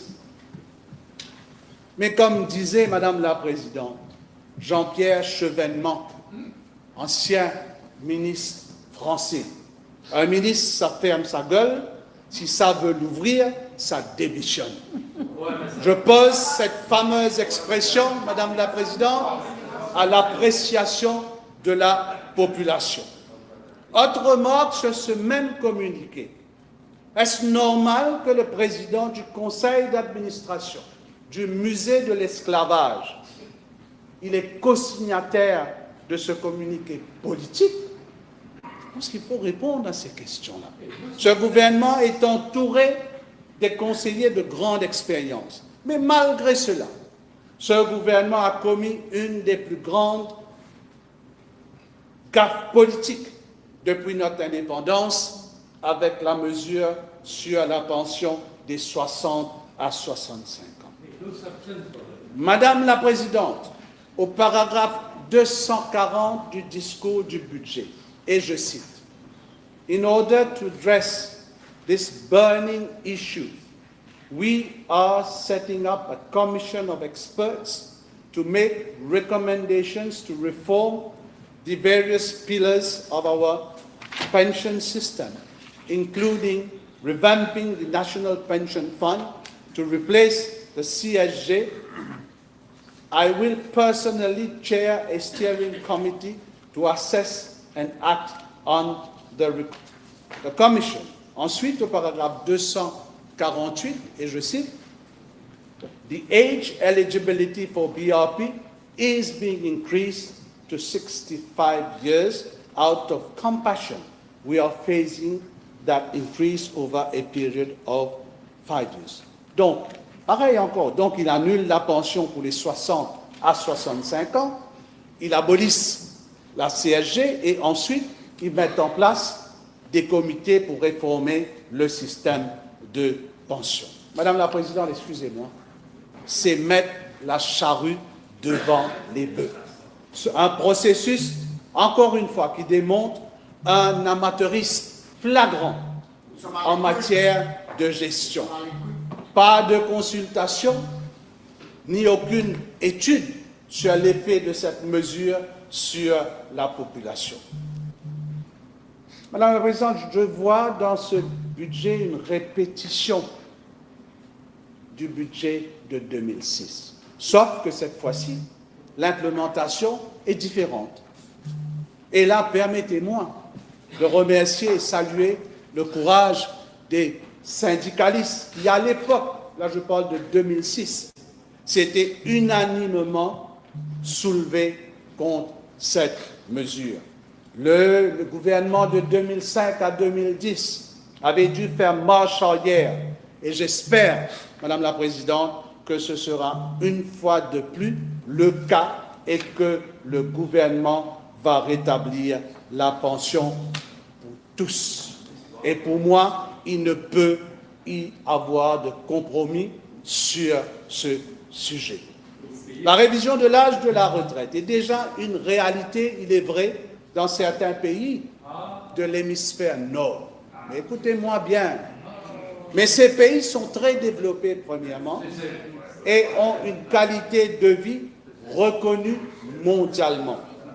Et ces pays ont une espérance de vie plus élevée que chez nous. Dans la plupart, Madame la Présidente, dans la plupart des secteurs d'activité à Maurice, la semaine de travail est de 45 heures, alors qu'en Europe, elle est de 40 heures ou moins de 40 heures par semaine.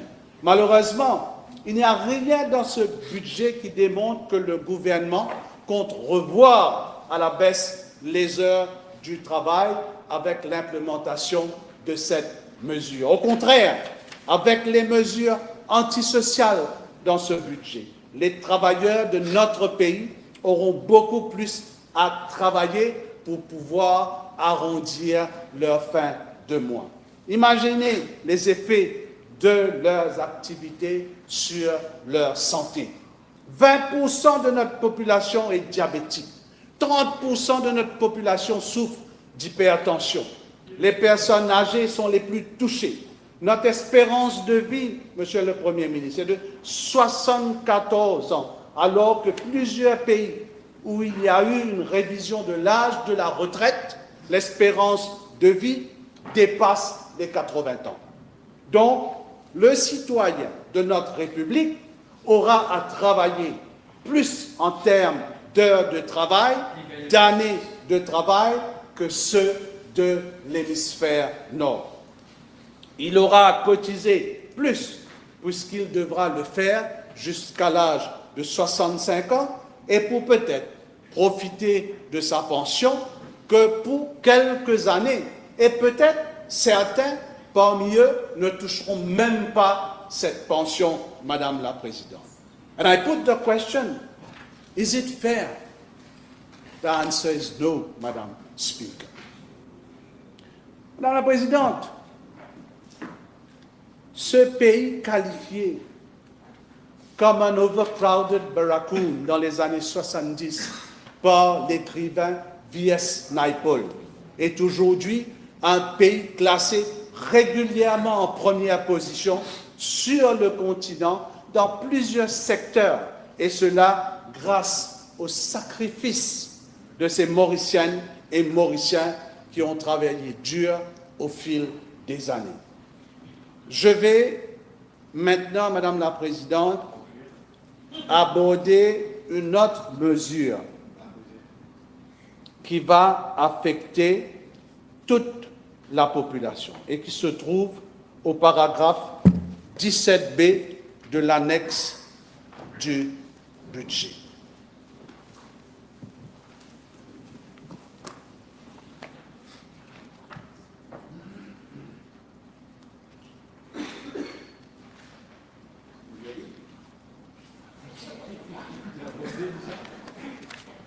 Government will implement reforms of public enterprises to ensure that they are financially sustainable, efficient, and accountable through a coordinated policy approach focused on strengthening governance and oversight, institutionalizing financial discipline, and reforming pricing and subsidy frameworks. Et je m'arrête là, Madame la Présidente.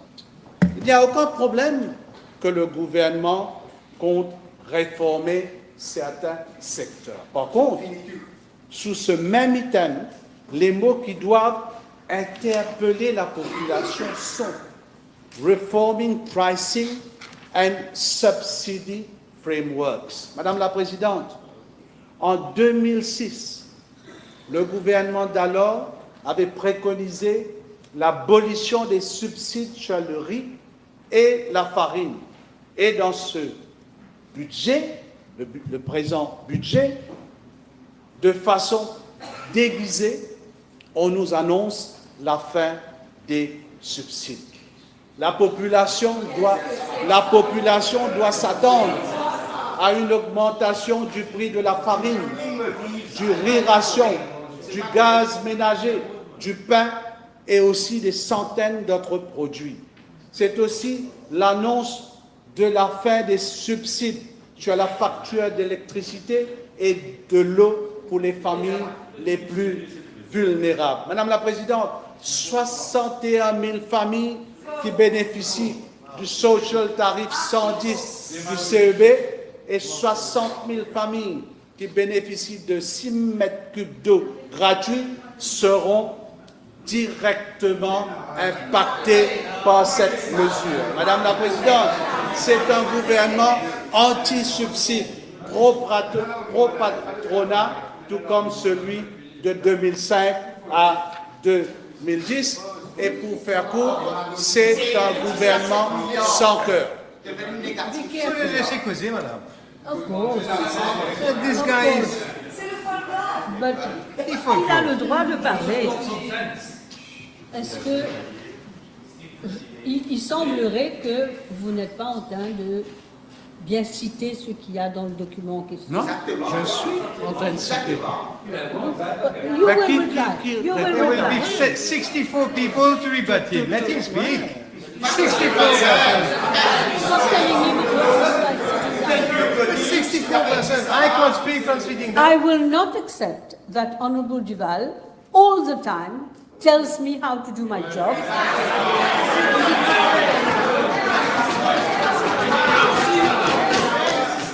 And by sitting down all the time. I want to be quite clear on this. This is not the first time. You must make, if you are not happy, you must make it. Honorable DPM, please, I'm on my feet. You must stand up, make a point of order, then I will listen to you. But stop telling me, by sitting down all the time, how to do my job. Speaker, if I... Madam Speaker, I was raising your attention. If you raise a point of order, you must tell me under which standing order. The leader of the opposition is being interrupted. Under what standing order? Well...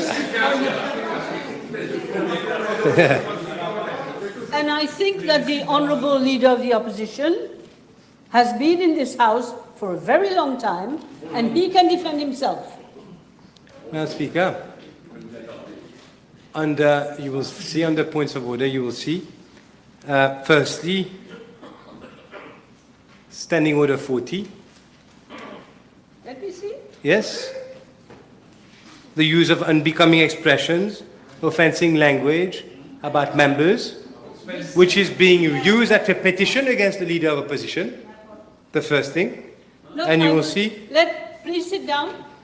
I will stop you now because that was not at this stage. When there was an offensive language, what did I do, Honourable Duval? I asked the member to withdraw, and he did. So please, let the Leader of the Opposition, please, all of you, let him get on with his speech. He will be criticizing. That's what he's here for. And then you will rebut him. Please take note. Please go on, Leader of the Opposition. No. No, I'm not allowing.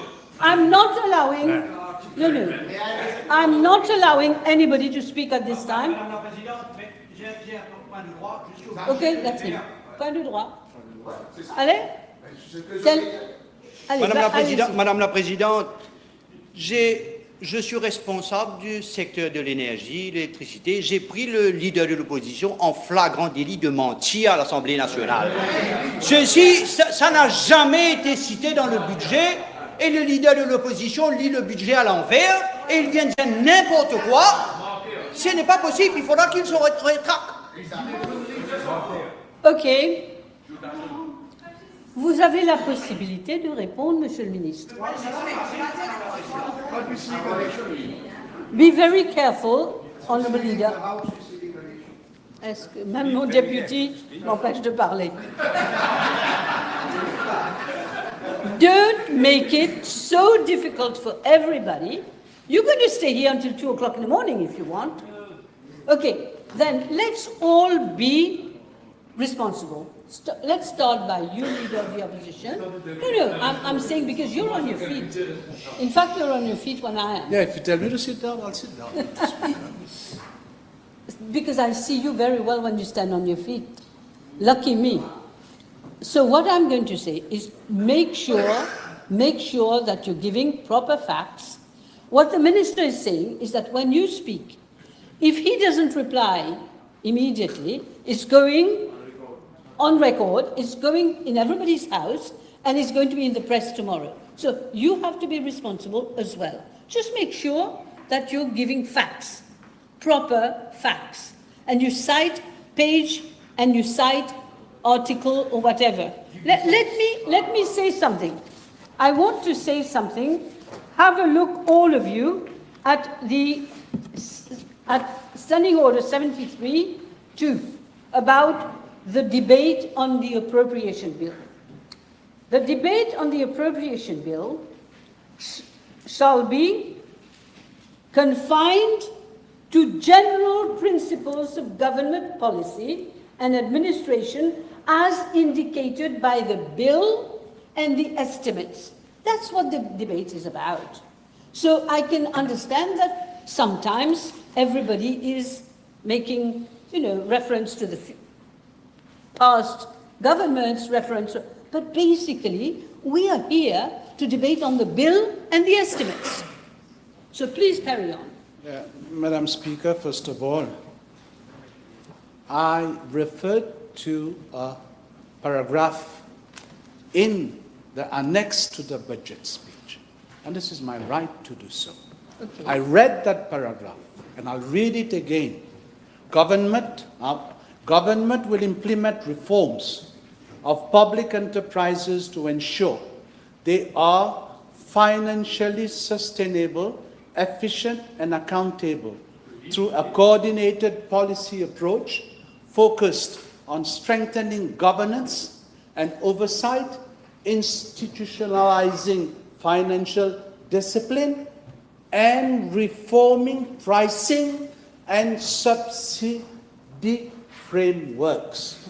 Those institutions are, from the same paragraph, Mauritius Post Limited, Metro Express Limited, National Transport Corporation Limited, Mauritius Multi-Sports Infrastructure Limited, Polytechnics Mauritius Limited, Central Water Authority, Wastewater Management Authority, Irrigation Authority, Agricultural Marketing Board, Central Electricity Board, State Investment Corporation, casinos, and State Trading Corporation.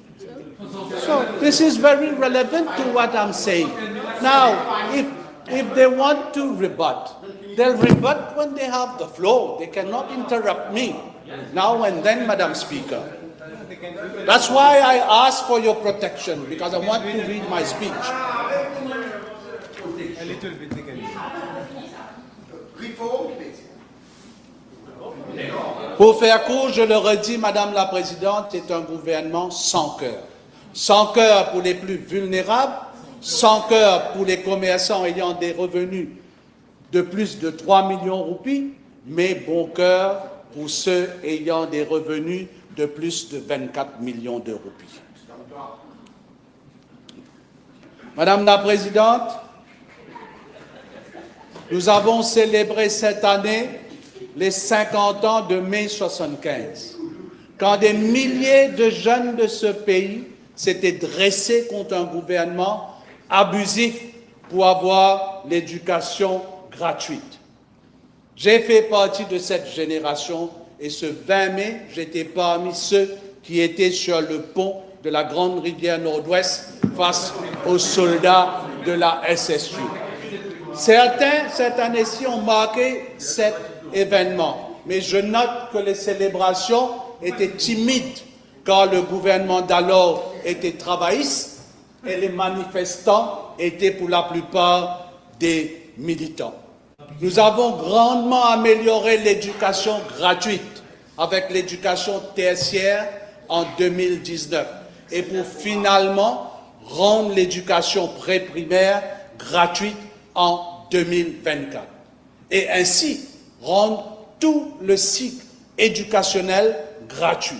50 ans après mai 75, ce gouvernement vient briser le rêve des milliers de jeunes Mauriciennes et Mauriciens en les obligeant désormais, c'est-à-dire je fais référence aux part-timers, à payer la totalité des frais de leurs études tertiaires. Un crime, Madame la Présidente. Et l'explication du Junior Minister of Finance démontre l'arrogance de ce gouvernement. Sur une radio privée où j'y étais moi aussi invité, voilà ce qu'il avait dit pour soutenir cette mesure. Pour lui, ces personnes travaillent déjà, ils peuvent payer alors qu'ils payent. Et oula, quelle arrogance, Madame la Présidente. Il n'y a rien de plus noble qu'une personne qui travaille à plein temps et va suivre des cours après les heures de travail.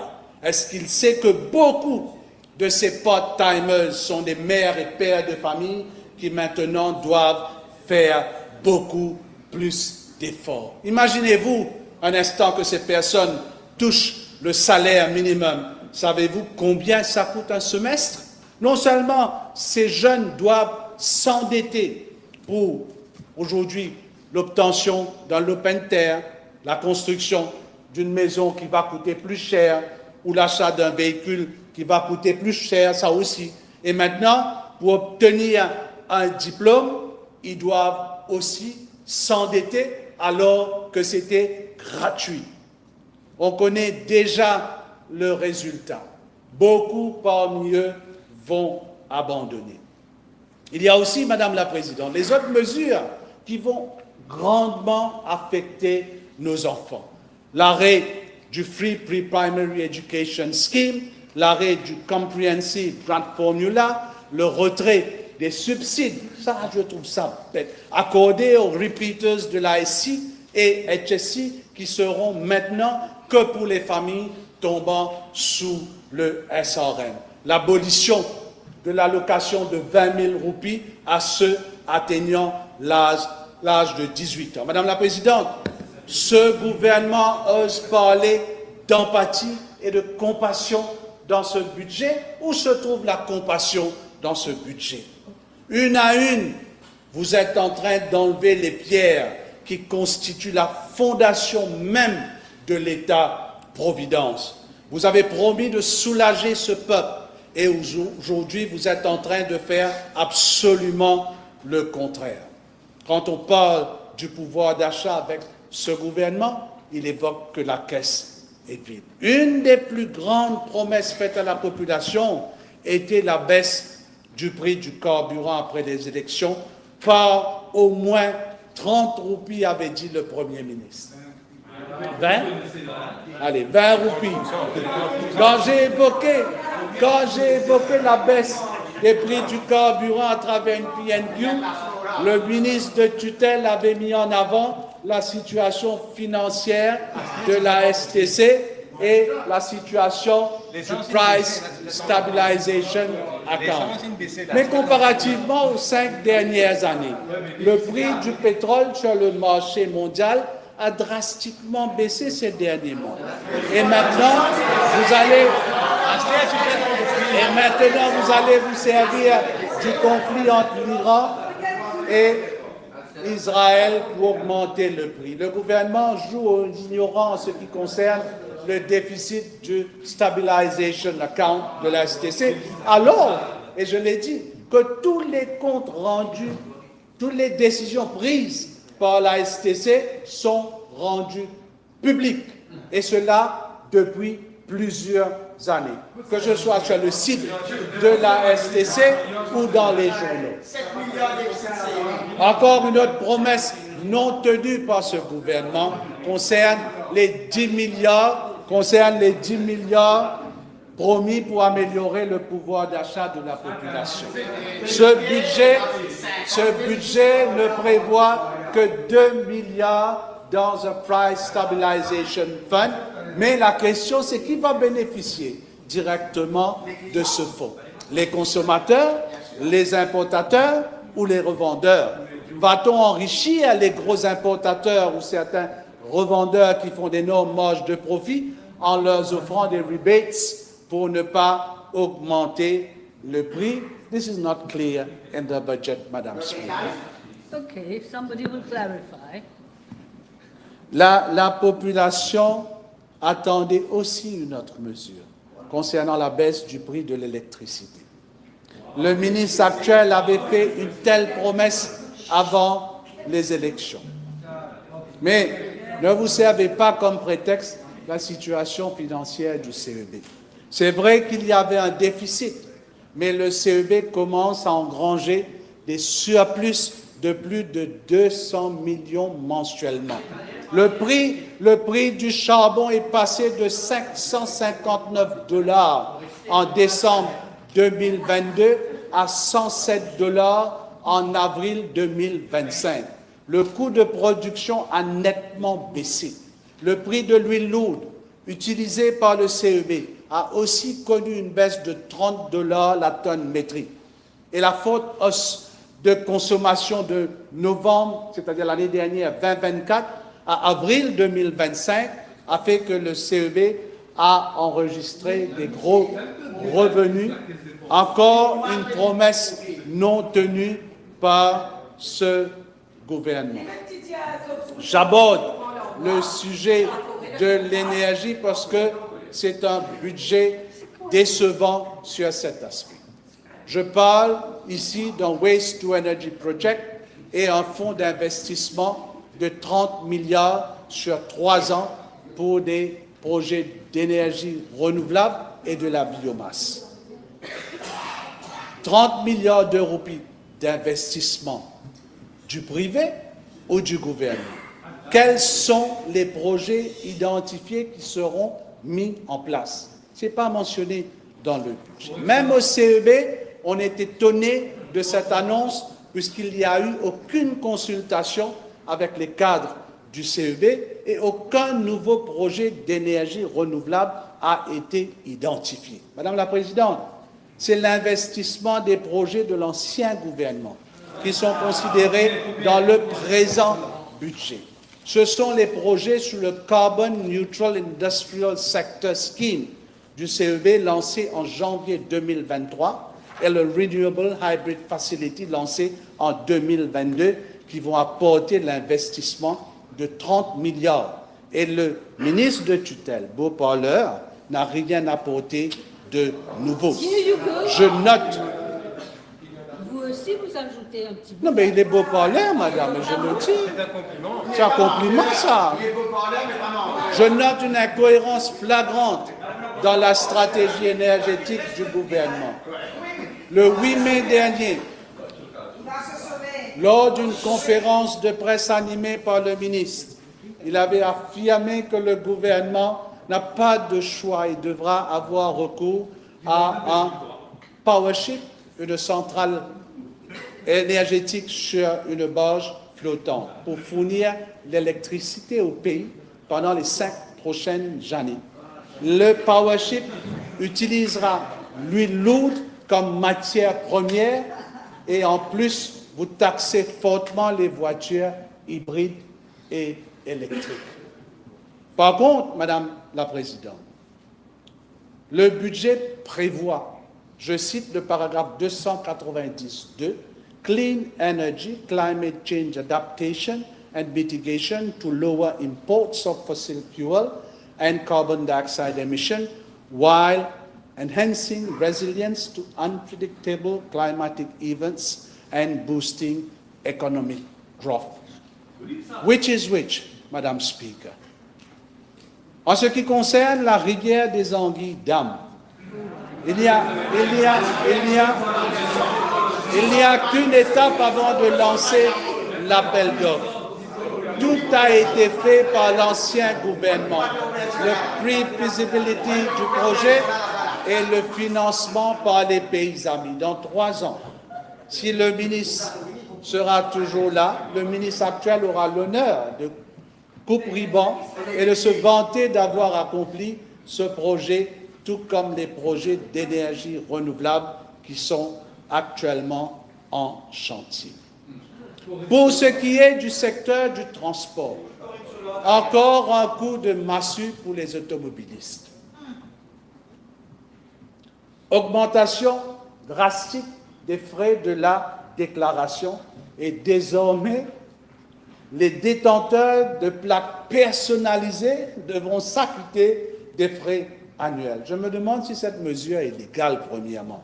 Sans oublier, Madame la Présidente, l'explosion des prix de voitures avec les taxes imposées dans ce budget. Je vais maintenant, Madame la Présidente, aborder le secteur de la construction. Et là, c'est important. Ce budget va détruire le secteur de la construction et du property development à Maurice. The construction industry is more than just steel and concrete. It is a pillar of our economy. It sustains thousands of professionals, architects, engineers, notaries, and supports skilled tradespeople, electricians, bricklayers, plumbers, carpenters. It drives entire industries from material suppliers and logistics firms to furniture maker and real estate brokers. C'est connu que quand le secteur de la construction affiche bonne mine, cela a une répercussion positive sur l'ensemble de l'économie. L'ancien gouvernement avait vu juste en investissant massivement dans ce secteur et d'en faire un pôle de croissance. Le pays a connu un développement infrastructurel sans précédent en 5 ans, avec une quarantaine de projets routiers majeurs, plus de 600 projets de drains, environ 4000 logements sociaux, un terminal moderne, le Victoria Urban Terminal, et le métro qui relie désormais nos 5 villes. Et tout d'un coup, ce secteur est à l'arrêt total avec l'avènement de ce nouveau gouvernement. Not only is this budget suffocating the foreign-driven residential market, it does not support the domestic one. The popular home ownership scheme, which refunded up 5% of the purchase of price for locals, have been scrapped. This was a lifeline, particularly for young Mauritians hoping to buy their first home. Its removal, Madam Speaker, will be deeply felt. Madam Speaker, only 2 major infrastructure projects have been announced, and both scheduled for year 3 of a 5-year plan. That is the M4 and the phase 2 of the Ring Road. The flagship of 12,000 social housing unit program is being discontinued, replaced with a meager 1,050 units to be constructed over a period of 5 years. Even the Metro Express extension has been put on hold. Madam Speaker, let me remind this House that smart cities have been a key engine of our national development. They've attracted FDI, created thousands of jobs, and served as beacons of innovation and sustainable urbanization.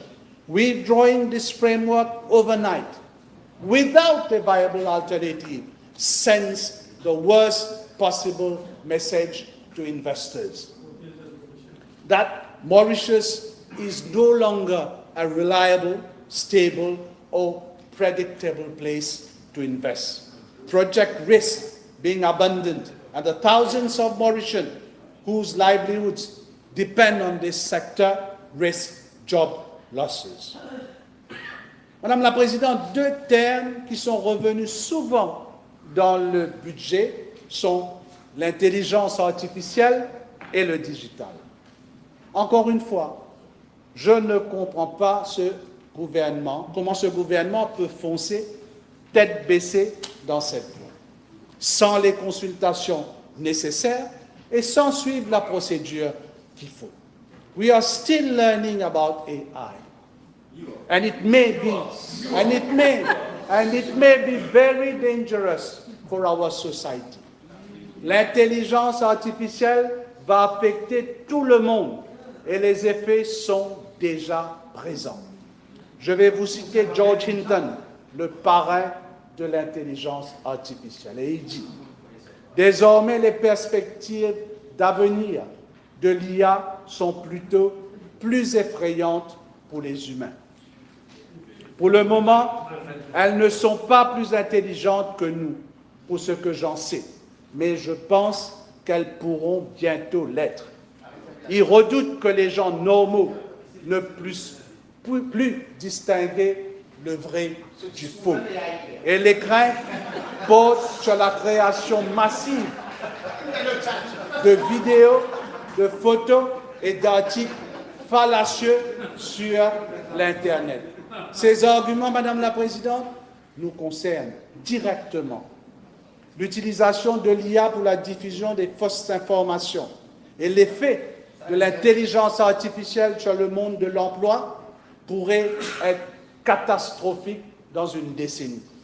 Je ne suis pas contre l'introduction de l'IA dans le secteur éducatif et dans le secteur public. Cela pourrait diminuer la lenteur administrative.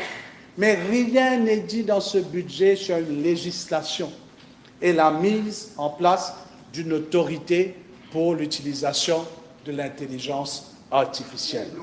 Il est temps de faire une étude sur l'impact de l'intelligence artificielle sur les différents secteurs de l'économie afin de protéger l'emploi et nous devons éviter que l'intelligence artificielle affecte notre population négativement. Madame la Présidente, avec toutes les mesures antisociales que contient ce budget et surtout les injustices sociales qu'il va provoquer, je crains que nous nous dirigeons vers une crise sociale sans précédent. Déjà, la situation du law and order devient problématique dans le pays. Une force policière démotivée et en manque d'effectifs, malheureusement, il ne se passe pas une journée dans notre pays sans qu'on apprend qu'un nouveau crime a été commis. Presque tous les matins, les réseaux sociaux sont inondés par des cas liés à la détérioration de la situation. Coups de sabre, kidnapping, braquage, des attaques en plein jour, vol, viol, agression et encore des cadavres et des meurtres. Concernant Rodrigue, Madame la Présidente, il y a une mesure que je trouve qui va grandement affecter directement les Rodriguais, mais aussi le secteur touristique à Rodrigue. Et j'espère que les représentants de Rodrigue vont faire part de leur désapprobation à l'égard de cette mesure. C'est le prix du billet d'avion sur Rodrigue. Voulez-vous? Point of order. Yes. Madam Speaker, I refer to paragraph 42, sub 1. We are not meant to be abused, listen to lies, and go away from relevancy of the debate. Order 42, 1. One moment. Let me find 42. The standing order, 42, sub 1, Madam Speaker. One moment. 42, sub 1. Sub 1. Debate upon any motion, bill or amendment, shall be relevant to such motion. Bill or amendment, except in the case of a motion for the adjournment of the Assembly. Madam Speaker, I rule that it is perfectly relevant. Please. Thank you. Please. But be careful, Honourable Leader of the Opposition. You're now talking about social problems in general. In general. So I know what he means. So be careful. OK? Madame la Présidente, j'étais en train de faire référence, pardon, à nos amis de Rodrigue et concernant la mesure budgétaire sur le prix des billets d'avion sur Rodrigue. Madame la Présidente, on nous parle d'un budget responsable. Le vrai budget responsable, c'était celui de 2020, quand l'économie de ce pays était à genoux et il fallait assurer les salaires de tous les travailleurs de ce pays, y compris les self-employed, pendant qu'ils étaient chez eux, soutenir toutes les entreprises de ce pays pour éviter un licenciement massif qui allait mettre sur la paille plus de 100 000 foyers. Nous avons évité le pire et nous en sommes fiers. Et aujourd'hui, on nous parle de budget responsable, alors que nous ne sommes plus en situation de force majeure. Vous avez trahi ce peuple. Vous avez fait des promesses pour gagner les élections, mais vous saviez que vous n'allez pas les tenir. I haven't trahi a person. Address me.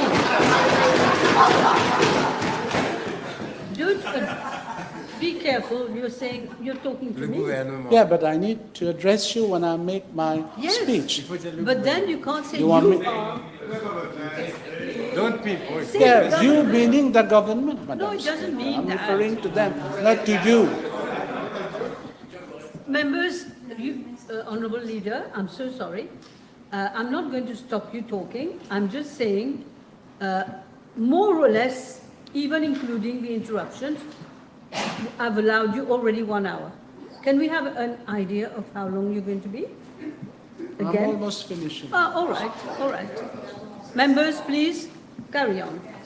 You were on Rodriguez. Yeah, You I'm were done on with promises. Rodriguez. You were on promises. I'm done with Rodrigue. What I was saying was, vous avez trahi ce peuple. Vous, meaning le gouvernement. Vous avez fait des promesses pour gagner les élections, mais vous saviez que vous n'alliez pas les tenir. Voilà vos réalisations depuis votre arrivée au pouvoir. Vous avez fait fuir les investisseurs, vous avez augmenté la dette publique de 96 milliards de roupies. Aujourd'hui, vous démantelez l'État-providence et vous avez réduit considérablement le pouvoir d'achat des Mauriciens sous prétexte qu'il faut sauver notre économie. Il y a quelques années, un membre de cette auguste assemblée, un membre qui est très respecté, avait affirmé aux membres du gouvernement d'alors qu'ils devront porter des gilets Boros. Je me pose la question, Madame la Présidente, qui va porter ces gilets Boros maintenant? Cette mince opposition ou cette majorité de 64 membres? Votre grande victoire de 60-0 est peut-être votre plus grande faiblesse, quand tout est permis ici. Mais tout n'est pas permis, comme aime dire l'honorable Arvin Boulel, out there. Le peuple est en colère contre ce gouvernement. C'est fort probablement le dernier mandat pour plusieurs membres de cette Assemblée. Nous avons tous connu des moments de gloire, de défaite et des moments compliqués au sein des gouvernements. Mais à la fin de ce mandat, nous allons raccrocher et ce sera à vous. Et là, je m'adresse aux jeunes députés. Ce sera à vous de porter ce fardeau d'avoir aboli cette pension. Malheureusement, vous aurez la responsabilité des décisions prises par un think tank privatisé. Que Dieu protège notre population, Madame la Présidente. Merci. Thank you. I think, well, that was perfect timing. We shall break for half an hour.